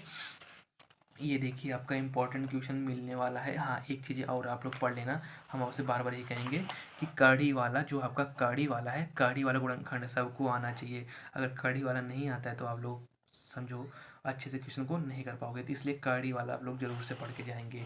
एक कड़ी वाला, एक रेलगाड़ी और चाल वाला, क्योंकि ये दो हैं आपका साथ नहीं छोड़ती हैं। रेलगाड़ी चाल आपका साथ नहीं छोड़ने वाली है भैया, तो इसलिए आप लोग उसको बहुत अच्छे से पढ़ के जाएंगे, ठीक है। तो चलो इसके बाद बात आती है जो आपकी यहाँ से जो बनेगा ना भैया, इसमें तो आपका कार्ड दिया है हमें लगता है, हम देखो दोस्तों इसमें से नहीं कहा है, अब इसमें कार्ड दिया गया है। अभी हम आपको बताएं एक क्वेश्चन, आप लोग पहले आप लोग को पता होगा, हम आपको 3 टाइप का क्वेश्चन बताए थे। अगर आप लोग पढ़े होंगे तो आपको याद होगा, अगर नहीं पढ़े हैं तो कोई बात नहीं, एक बार ध्यान से देखिए आपका क्लियर हो जाएगा। जैसे अभी दोस्तों अभी हमने आपको क्या बताया था पहले, जैसे 10x प्लस वाई, इमेजिन करने के लिए मान लें 10x plus Y equal to आपका 5xy है, ठीक है। और एक मान लो आपका है 15x और प्लस 7y इक्वल, एक आपका है इक्वल टू 7xy। अब कहे लो भैया इनमें तुम्हें एक्स वाई का मान निकाला, एक प्रकार का इक्वेशन आपको ये मिलता था, अभी द्विघात समीकरण में देखने को मिलेगा। इसमें से सीरीज में काट दिया है लेकिन आप लोग पढ़ के जाएंगे। और एक क्वेश्चन आपको इस प्रकार से मिलता था, जैसे क्या था ना भैया, अभी आपको देखने को मिल जाता था जैसे 15 और बटे एक्स प्लस वाई रह ले, ठीक है, और 40 बटे आपका रह ले एक्स माइनस वाई, ठीक है, इक्वल टू आपका है 10। या कभी कभी प्राय ये दे देता था कि आपका 4/x+y, ठीक है, और equal to 2/x-y equal to आपका 2। ये आपका 6 नंबर क्वेश्चन हम बता रहे हैं, बहुत ही इंपॉर्टेंट है, 6 नंबर क्वेश्चन आपके लिए है ये। तो आप लोग क्या करेंगे इस तरह के सवाल में, देखो द्विघात समीकरण में आपका चाहे इस रूप का बनेगा चाहे इस रूप का बनेगा, तो ये आपके लिए बहुत ही इंपॉर्टेंट है। एक रूप और बन सकता है, देखो 3 रूप बनते हैं, 3 रूप देख लो यहाँ से। एक 2 कोष्टक में आपका दे दिया जाए आपका x+y, और एक 3 और x-y इक्वल टू आपका 5, चाहे आपका ये दे दिया 3 कोष्टक में x+y और कोष्टक में 2x-y इक्वल टू आपका 10। ये 3 टाइप के क्वेश्चन में से किसी एक टाइप का क्वेश्चन आपको सीरीज में देखने को नहीं मिलेगा, परंतु बुक में देखने को आपको मिल जाएगा। पर आप लोग बुक से ही पढ़ के जाएंगे, या तो इस टाइप का क्वेश्चन पढ़ के जाएंगे, इस टाइप का पढ़ के जाएंगे, या तो इस टाइप का पढ़ के जाएंगे, ठीक है। बहुत ही करना, देखो करना बहुत ही आसान होता है। जैसे अभी क्या करना है, अगर इस टाइप का क्वेश्चन आपको करना है ना, इस टाइप का, देखो इसी टाइप का पूछा जाता है। हम लोग जब एग्जाम दे रहे थे, मतलब जो अगली साल एग्जाम दे के आए वो लोग हमें बता रहे थे कि इस टाइप का जो क्वेश्चन ज़्यादा पूछा गया था, यानी इस टाइप का क्वेश्चन। जैसे अभी देखो 15/x+y है, 40/x-y है इक्वल टू आपका 10। बहुत ही इंपॉर्टेंट टाइप का क्वेश्चन है ये आपके लिए, तो इसको आप लोग देख के जाना जरूर से। तो ये x+y इक्वल टू आपका हो जाएगा 2/x-y इक्वल टू 2। देखो आप लोग करेंगे क्या इस टाइप के क्वेश्चन में, सबसे पहले आप लोग मान लेना है 1/x+y इक्वल टू a मान लेना, और कामा 1/x-y इक्वल टू आप लोग मान लेना b मान लेना, ठीक है। जब मान लेंगे तो आपका हो जाएगा 15a और प्लस 40b इक्वल टू आपका 10, और 4a और 2b इक्वल टू आपका हो जाएगा 2, ठीक है। अभी 2 समीकरण मिल जाएगा, जब 2 समीकरण मिल जाएगा तो आप लोग इसको बराबर कर सकते हो। कैसे बराबर कर सकते हो भैया, देखो जैसे यहाँ के साथ कुछ नहीं है, तो चलो हम 20 से गुणा कर देते हैं, तो 15b और 40, 15a और 40b इक्वल टू आपका 10 है। अगर हम इसमें 20 से गुणा कर दें, 20 × 80a और 20 × 40b इक्वल टू आपका 20 × 40, ठीक, सॉरी 20 × 40 आपका हो जाएगा, ठीक है। आप बतावा E plus minus minus minus और माइनस लगा दी, कट जाएगी। तो इसी प्रकार जब तुम्हारे ए और बी के मान निकल जी, तो ए और बी के मान ले जाके ए में रख दिया, तो ही एक्स और वाई के मान निकल जी। जैसे अभी देखा यहाँ का हो गया तुम्हार, अब ए बटी एक्स माइनस वाई बराबर ए मान ले हुआ, ए का मान कुछ आएगा 1/x-y बराबर बी मान ले हुआ, और बी का मान कुछ आएगा तब एम में रखा हुआ, तब जाएगी एक्स वाई के मान निकले। तो इसलिए ये जो है सबसे लॉन्ग क्वेश्चन बनाता है 6 नंबर के। तो ज़्यादातर इस टाइप के जितने भी सवाल हैं आप लोग लगा के जाएंगे, ठीक है।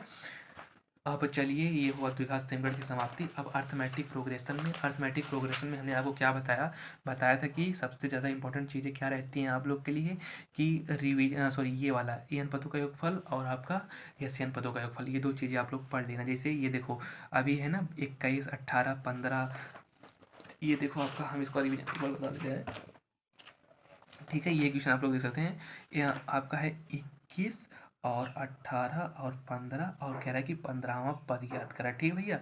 अभी बताओ 15वां पद ज्ञात करके तो है एम1, तो आप लोग के पतौलिया लिए हम formula T N equal to होला A plus N minus one into D होता है ना भैया। चला ये बतावा तू ए के मान, ए मतलब प्रथम पद का दिखा लाल 21, एन मतलब जेठ पद ज्ञात करे को 15, 15 में से इक्वल 14, डी के मान डी मतलब 18 में से 21 अंतर, हमेशा याद रखना डी मतलब अंतर, 21 से 18 घटा द का बचे ले तोहार, तो बची -3। अब हो जी 14 तिया 42, तो 21 में से जब आप लोगों ने 42 निकाल देगा तो बची -21। यह तो आपका हो जी सिंपल सा आंसर, बहुत ही आसानी से आप लोग कर लोगे, ठीक है। तो यहाँ से आप ज़्यादा से ज़्यादा पूछेगा एन पदों का योगफल या nवां पद, बस यही पूछेगा, इससे ज़्यादा कुछ नहीं पूछने वाला है, ठीक है। तो आप लोग इसको पढ़ लेंगे, ज़्यादा इसमें से कुछ क्वेश्चन नहीं बनेंगे, अगर बनेंगे भी है तो किस टाइप के बनेंगे हम उसको बता दिए, ठीक है। तो यहाँ से आप लोग पढ़ लेना। इसके बाद जो बात आती है आपका, ज़्यादातर क्वेश्चन कहाँ से बनने वाला है, ये देखो त्रिभुज। अब त्रिभुज आ गया, तो त्रिभुज में ज़्यादातर बच्चों को डर यही रहता है ना कि सर हम क्या पढ़ के जाएँ। तो देखो त्रिभुज में ज़्यादातर ये देखो, ये क्वेश्चन जो होता है आपका समरूपता का नियम बताया गया होगा, ठीक है। समरूप, जब दो त्रिभुज एक दूसरे के समरूप होते हैं तो उनकी दिए गई भुजाओं का अनुपात आपस में क्या होता है, बराबर होता है। तो ये वाला जो फार्मूले पे जो इस तरह के सवाल दिखेंगे, जैसे अभी हम लोगों को देखो एक यहाँ फिगर लगा के आपको समझा दे रहे हैं, बिल्कुल अच्छे समझना, ठीक है। समरूप त्रिभुज किसे कहते हैं, जैसे आप लोग को पता होगा, जो भुजाओं के आधार पे समान होते हैं, ठीक है, परंतु देखने में आकृति के आधार पे समान नहीं होंगे, भुजाओं के आधार पे समान होंगे। जैसे ये देखा, हम बने लिखे त्रिभुज, यहाँ से एक काट दे दी, 2 त्रिभुज बन गए, ठीक है। एक नाम दे दिली, ए दे दिली और पी दे दिली और क्यू दे दिली और बी दे दिली और सी दे दिली। इसमें एक आप लोग को बताया गया होगा थेल्स परमिट, ठीक है, थेल्स थ्योरम आपको बताया गया होगा। थेल्स थ्योरम आपके लिए बहुत ही ज़्यादा इंपॉर्टेंट कह सकते हो। थेल्स थ्योरम आप लोग पढ़ लेना, ठीक है। थेल्स थ्योरम के आधार पे ये क्वेश्चन हमेशा लगता है, ठीक है। तो थेल्स थ्योरम क्या होती है, आप लोग को पता होता है कि दी गई भुजाओं का अनुपात जो होता है आपस में बराबर होता है। तो जो इसका नियम ये कहता है ना भैया, देखिए देखा, अब तुम्हें दिल कहा हो पी क्यू, देखा दिल कहा हो यहाँ पी क्यू संबंधी बी सी, पी क्यू संबंधी बी सी इक्वल टू एक संबंधी तीन। तो जो पी क्यू हो, कहाँ गया पी क्यू और आपका बी सी, इन दोनों के अनुपात दे ले हो, कितना अनुपात दे ले भैया, एक संबंधी तीन ना, या एक बटे तीन भी कह सकते हो। देखो संबंध लिखना है तो एक संबंधी तीन कर लो। अब तुम्हें पूछत का हो ए पी और पी बी का अनुपात, ए पी, ए पी मतलब कहाँ ई और ए का अनुपात पूछा तो ना। तो बिल्कुल सिंपल सा आप लोग कर सकते हो, कैसे करोगे उसको समझ लो। कैसे, देखो इनकी भुजाओं की जो होते हैं, जब ये दो भुजाओं एक दूसरे के समांतर होती हैं तो उनकी भुजाओं का अनुपात आपस में बराबर होता है। कैसे बराबर होता है, थेल्स की प्रमेय से उनकी भुजाओं का अनुपात आपस में क्या होता है, बराबर होता है। तो हम कह सकते हैं पी क्यू बटे बी सी इक्वल टू होता है ए पी और बटे पी बी, ठीक है। ई होता है परमेय, थेल्स की परमेय, यानी उनकी भुजाओं का अनुपात अगर दो रेखाएं एक दूसरे के समांतर है तो उनकी भुजाओं का अनुपात क्या होता है, बराबर होता है। अगर पी क्यू बी सी का मान एक संबंधित तीन है तो यहाँ पर रख देंगे एक संबंधित तीन ए पी और बटे आपका हो जाएगा यहाँ पे पी बी। तो हो जाएगा ए पी और संबंधित पी बी इक्वल टू आपका हो जाएगा एक संबंधित तीन। बिल्कुल सिंपल सा क्या हो जाएगा आपका आंसर, बहुत ही सिंपल सही हो जाएगा आपका आंसर। तो इस टाइप के जितने भी क्वेश्चन मिलेंगे यहाँ से आप लोग देख लेना, इस टाइप के जितने भी क्वेश्चन मिलेंगे आप लोग इसको कर लेना, क्योंकि थेल्स पर में आपके लिए बहुत ही इंपॉर्टेंट रहने वाली है, ठीक है। तो इसलिए देखो एक क्वेश्चन ये आप लोग लगा लेना यहाँ से, ये थेल्स के परमे से आपको आसानी से लग जाएगा। देखो ये थेल्स के परमे है, थेल्स के परमे भी आपको फॉर्मूला लग देगा और आपको आसानी से बिल्कुल आ जाएगा, ज़्यादा कठिन कुछ नहीं है, इसको आप लोग कवर कर लेंगे, ठीक है। और आपको लॉन्ग टाइप में कौन सा क्वेश्चन पढ़ के जाना है, लॉन्ग टाइप में भी आप लोग एक आध दो देख लीजिएगा। ये देखो आपका थेल्स के परमे पे एक लॉन्ग टाइप में आप लोग इसको देख लेंगे कि थेल्स परमे का प्रयोग करते हुए सिद्ध कीजिए कि किन्हीं दो भुजाओं के मध्य बिंदु को मिलाने वाली रेखा एक तीसरी भुजा के समांतर होती। ये आप लोग पढ़ के जाएंगे, बहुत ही इंपॉर्टेंट है, इसलिए आप लोग इसको पढ़ लेना थेल्स के परमे के आधार पे, ठीक है। और ज़्यादा कुछ इसमें पढ़ने की जरूरत नहीं है, ज़्यादा पढ़ेंगे तो आप ज़्यादा इसमें गहराई में जाना पड़ता है, तो इसलिए ज़्यादा त्रिभुज ज़्यादा टच मत करिएगा। एक दो क्वेश्चन जो हम बता रहे हैं, एक ये और एक ये, दो क्वेश्चन आप लोग पढ़ लीजिएगा और ज़्यादा आप कुछ पढ़ने की ज़रूरत नहीं है, ठीक है। तो चलिए ये हुआ त्रिभुज की बात। त्रिभुज के बाद निरसांक ज्यामिति की बात आती है, ठीक है भैया। निरसांक ज्यामिति में जो आपका जैसे दो बिंदु के बीच की दूरी, अब इन सभी ने नहीं जानेला कि दो बिंदु के बीच की दूरी का फार्मूला का होला, ठीक है। तो दो बिंदु के बीच की दूरी आसानी से निकाल ही सकेला। अभी दिखा हुआ इधर छः मूल बिंदु से, और हाँ एक चीज़ याद रखना, तो लोग सबके पता हो कि मूल बिंदु के निर्देशांक, तो हमेशा याद रखिएगा कि मूल बिंदु का निर्देशांक, ठीक है, मूल बिंदु हमेशा वहाँ पर होता है जहाँ ये एक्स वाई रेखाएं आपस में मिलती हैं। तो मूल बिंदु का जो हमेशा निर्देशांक बनता है ना, वो हमेशा बनता है 0,0। तो मूल बिंदु का निर्देशांक हमेशा क्या याद रखेगा, 0,0, ये याद होता है, ठीक है। अब पूछ सकता है कि मूल बिंदु के निर्देशांक क्या होते हैं, तो आप लोग बता देना। मूल बिंदु मिलते कहाँ पे, जहाँ दोनों रेखाएं एक दूसरे को कट करती हैं, ठीक है। अब देखा तो यहाँ पर दोनों लोगों की दिल नहीं हुई, ई वाला क्वेश्चन, ई एक्स वाई के मान ज्ञात करा दो बिंदुओं के बीच की दूरी, ठीक है। या तो ई दे दे ले, या एक इक्वेशन इधर बना देगा कि दो बिंदुओं के बीच की दूरी ज्ञात करा। तो दो बिंदुओं के बीच की दूरी से आप लोग एकदम अच्छे से बिल्कुल मेहनत और लगन से इसको पढ़ के जाएंगे, ठीक है। और जो आपका लॉन्ग बनेगा ना भैया, देखो लॉन्ग है, ये लॉन्ग बनने वाला क्वेश्चन आपका यहाँ से, ये है आपका लॉन्ग बनने वाला क्वेश्चन। कहा था एक निर्देशांक ज्ञात करा जहाँ ए बी वृत्त का व्यास है, ए बी वृत्त का व्यास है, केंद्र है, केंद्र मतलब केंद्र का मान दिया है एक्स वाई। अभी हम तुम लोगों की बतौर केंद्र के निर्देशांक के फार्मूला x1 और प्लस x2 अपान two equal two upon two है ये, और एक है y1 और प्लस y2 और upon two equal to capital y, ठीक है। ये दो फार्मूले होते हैं जो केंद्र के निर्देशांक निकालते हैं आपका, ठीक है। तो ये आप लोग पढ़ के जाना, ये वाला क्वेश्चन आप लोग देख लेना, बहुत ही इंपॉर्टेंट है। और दो बिंदुओं के बीच की दूरी और समदूरस्थ वाला, ये दोनों आप लोग के लिए बहुत ही ज़्यादा इंपॉर्टेंट रहने वाला है, तो इसलिए इसको आप लोग कवर करके जाएंगे, ठीक है भैया। चला तो दो बिंदु वाला और मध्य बिंदु वाला एक बार भी मिला लेना अच्छे से, ठीक है। तो और ज़्यादा कठिन कुछ नहीं पूछेगा, इतना ही पूछेगा, इतना आप लोग अच्छे से इसको पढ़ के जाना। या देखो एक है अनुपात वाला पूछ सकता है, जो हम बताए थे अंत अनुपात या बाह्य अनुपात वाला, तो एक बार इसको भी मेरे गुजारिश है, एक बार इसको भी आप लोग अच्छे से देख लेना। एक है देखो तीन चीज़ आपको देखना है, एक दूरी वाला, एक समदूरस्थ वाला, एक आपका बाह्य बिंदु या अंत बिंदु का अनुपात वाला। ये तीन चीज़ें आप लोग को ध्यान से देख के जानी है बहुत अच्छे से, ठीक है, अगर आप लोग मैथ में अच्छा स्कोर चाहते हो तब। चला साथी, अब आवल sine theta cos theta. Sine theta cos theta में बहुत ही अच्छा है, ज़्यादा कुछ नहीं है, tan 45 का मान।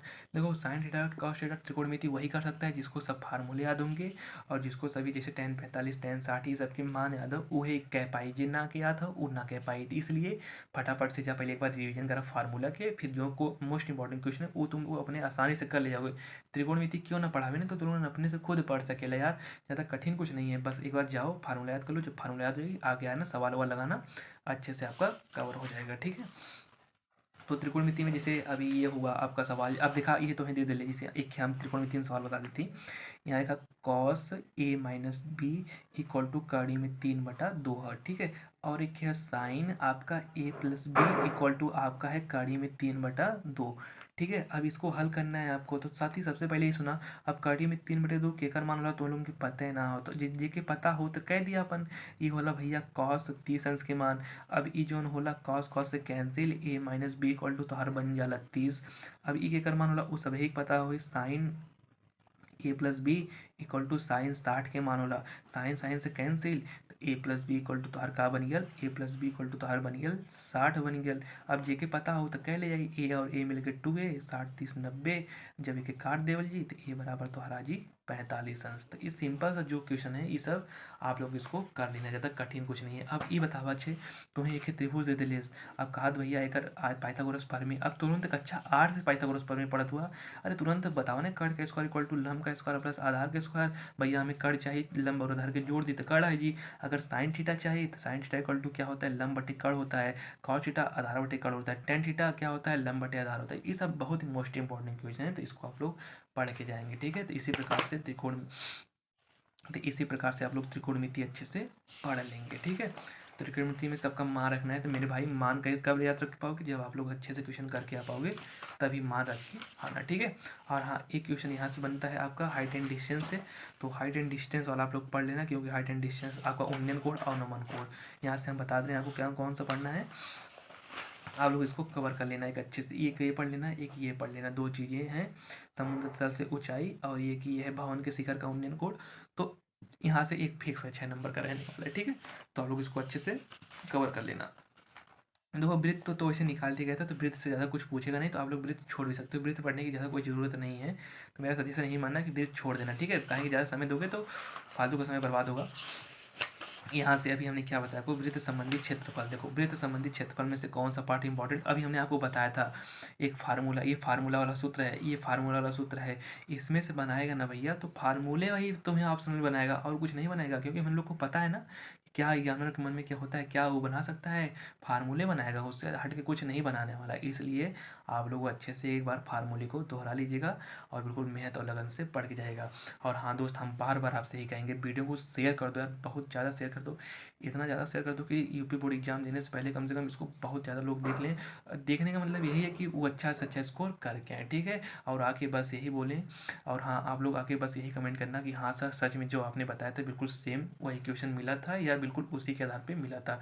एक बात और यहाँ याद ध्यान रखना दोस्त, कमेंट करना मत भूलना, परीक्षा से पहले मत करना, लेकिन परीक्षा देने के बाद आना, अगर मिले तभी आगे कमेंट करना कि हाँ सर आपका बताया हुआ सब कुछ मिला। ठीक है, तो चलिए आप लोग इस फार्मूला याद कर लेना। उसके बाद क्या बात आती है इसमें, बात क्या आती है ना भैया, सुनो, अगर आप लोग को अच्छे से फार्मूला याद है तो आप लोग कर ले जाओगे, अगर नहीं याद है तो नहीं कर पाओगे। तो इसलिए आप लोग को फार्मूला अच्छे से आना चाहिए, तभी आप क्वेश्चन को कर पाओगे। जैसे अभी देखो यहाँ पर ज़्यादा लॉन्ग टाइम में हम उनको एक क्वेश्चन बता दे रहे हैं जी, ये वाला हुआ। जैसे अब दे दिया 15 सेमी और वाले वृत्त की जीवा केंद्र पर 60 अंश कोण अंतरित करती है, संगत लघु दीर्घ वृत्तखंडों का क्षेत्रफल। तो दीर्घ वृत्तखंड का क्षेत्रफल कैसे क्या होता है आप लोग को पता होगा ना, पहले लघु वृत्तखंड का क्षेत्रफल, तो लघु वृत्तखंड का क्षेत्रफल का फार्मूला क्या होता है भैया, पाई संगत लघु वृत्तखंड का क्षेत्रफल फार्मूला क्या होता है, पाई आर स्क्वायर थीटा 360 ऐसे गोटे 2 आर स्क्वायर साइन थीटा। जब एक हल करके निकाल लेबा तो यहाँ से तुम्हें 3 नंबर मिली, फिर जब दीर्घ वाला निकलबा तो वहाँ से तुम्हें 3 नंबर मिली, तब जाके तुम्हें मिली पूरा 6 नंबर।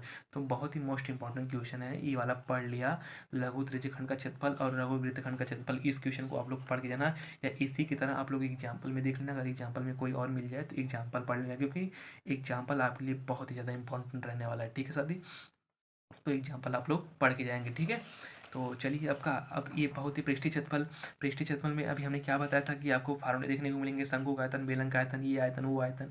तो सबसे पहले हमारा साथी बात सुना, सबसे पहले फार्मूला याद कर लिया, ठीक है, बहुत ही ज़्यादा जरूरी है। फार्मूला याद करिए, बार बार ये कहेंगे फार्मूला याद करना, ठीक है। फार्मूला याद करने के बाद तभी क्वेश्चन को लगाना। अभी हमें क्या बताया इसमें देखो, अभी हमने आपको हम बताए थे कि इसमें देखो अर्धगोला शंकु को जोड़ देगा, बेलन को जोड़ देगा, गोले को जोड़ देगा, किसी को जोड़ेगा लेकिन जोड़ के कहीं कभी तो लोगों के अगर 4 नंबर 6 नंबर चाहते हो तो बेलन और शंकु में तुम्हें जोड़ के बताई, बिना जोड़ ले तुम्हें कुछ बताए वाले ना हो। तो इसलिए जो जो जुड़ी हुई चीज़ें हैं उसको आप लोग पढ़ लेना ना। इसलिए कहा अब ये हो तो हम सवाल कौनो सवाल देख ला, तू कौनो उठा ला, अब ये उठा ला, एमन बेलन देखा, दो अर्धगोला लगा लो किनारों किनारों पर, अब बीच में बेलन लगा लो, तब बेलन का आयतन दो अर्धगोले का आयतन निकाल के तब जाके सबके जोड़वा, तब ने जाके आंसर मिली, तब ने तो इतना अच्छा नंबर दे। अब तू यह क्वेश्चन देख ला, शंकु जोड़ ले हो, अर्धगोला जोड़ ले हो, तो इसमें जो आपका रहेगा इसमें किसी न किसी को जोड़ने के बाद तभी जाके क्वेश्चन बना ले हो, ठीक है। तो इसलिए आप कोई भी क्वेश्चन उठा के देख लो, ई देख लो, ई देख लो, जो कैप्सूल टाइप वाला रहेगा उसको आप लोग पढ़ के जाना ना। इसके साथ ही जितना जोड़ वाला क्वेश्चन है, जो दो आपस में जुड़े होते हैं उस वाले क्वेश्चन को आप लोग कवर करके जाएंगे, ठीक है। क्योंकि बिना जोड़ वाला क्वेश्चन इसमें देता नहीं है, जब आप लोग जोड़ वाला क्वेश्चन कर लोगे तो वही जोड़ वाला क्वेश्चन आपको देखने को मिल जाएगा, चाहे बेलन शंकु जोड़ा रहेगा, चाहे शंकु अर्धगोला जोड़ा रहेगा, कुछ भी जोड़ा रहेगा, जोड़ वाला क्वेश्चन पढ़ लेना, ठीक है। अब आपका लास्ट जो पार्ट है सबसे इंपॉर्टेंट रहने वाला है भैया, स्टैटिक्स में आप लोग फार्मूला रखना, कभी कभी फार्मूला दे सकता है या मध्यिका दे सकता है या बहुलक दे सकता है, ठीक है।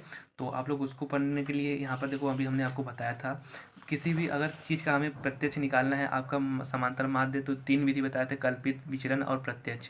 तो उसको अगर आप लोग को याद रहेगा तो आप लोग उस विधि को, यहाँ से मोस्ट इंपॉर्टेंट है मध्यिका आपको याद करना है और बहुलक याद करना है। तो उसके लिए देखो सबसे इंपॉर्टेंट क्या है, आप लोग को विधि पता है कि किस विधि से किसको करते हैं, अगर आपको वो विधि पता है तो आप लोग बिल्कुल आसानी से कर ले जाओगे।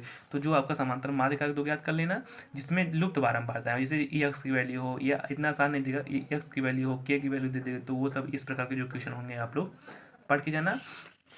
और एक बहुलक वाला देख लेना, जिसे देखो यही बहुलक वाला जिसे हम बता रहे थे, अब यही देखो, अब इसमें सबसे अधिक बार तुम्हारा कौन आया है, 9 आया है, सर्वाधिक बार हम बात है, इसको मान लेना 1, इसको मान लेना 2, इसके बाद इसके पहले क्या आता है 0, तो F1 F2 F0। अब फार्मूला तो लोगों के पता हुई नीचे में, अब इसके सामने जो आता है निम्न अंक की बारंबारता 55, वो यल की मान हो जाएगी, तो यल की मान और सबके पता हो, एच मतलब डिफरेंस अभी हम बताएं, तो 55 से 70 जाए में डिफरेंस कितना के हो, 15 के, तो हम लोगों के पता हो सिंपल सा, तो हो जाए तो 15 एच के मान, तो रख देगा फार्मूला पे एकदम आसानी से 4 नंबर, तो एक तो हार गया ना हो, ठीक है। तो ये भाई तार मध्यिका और बहुलक के बाद, ठीक है।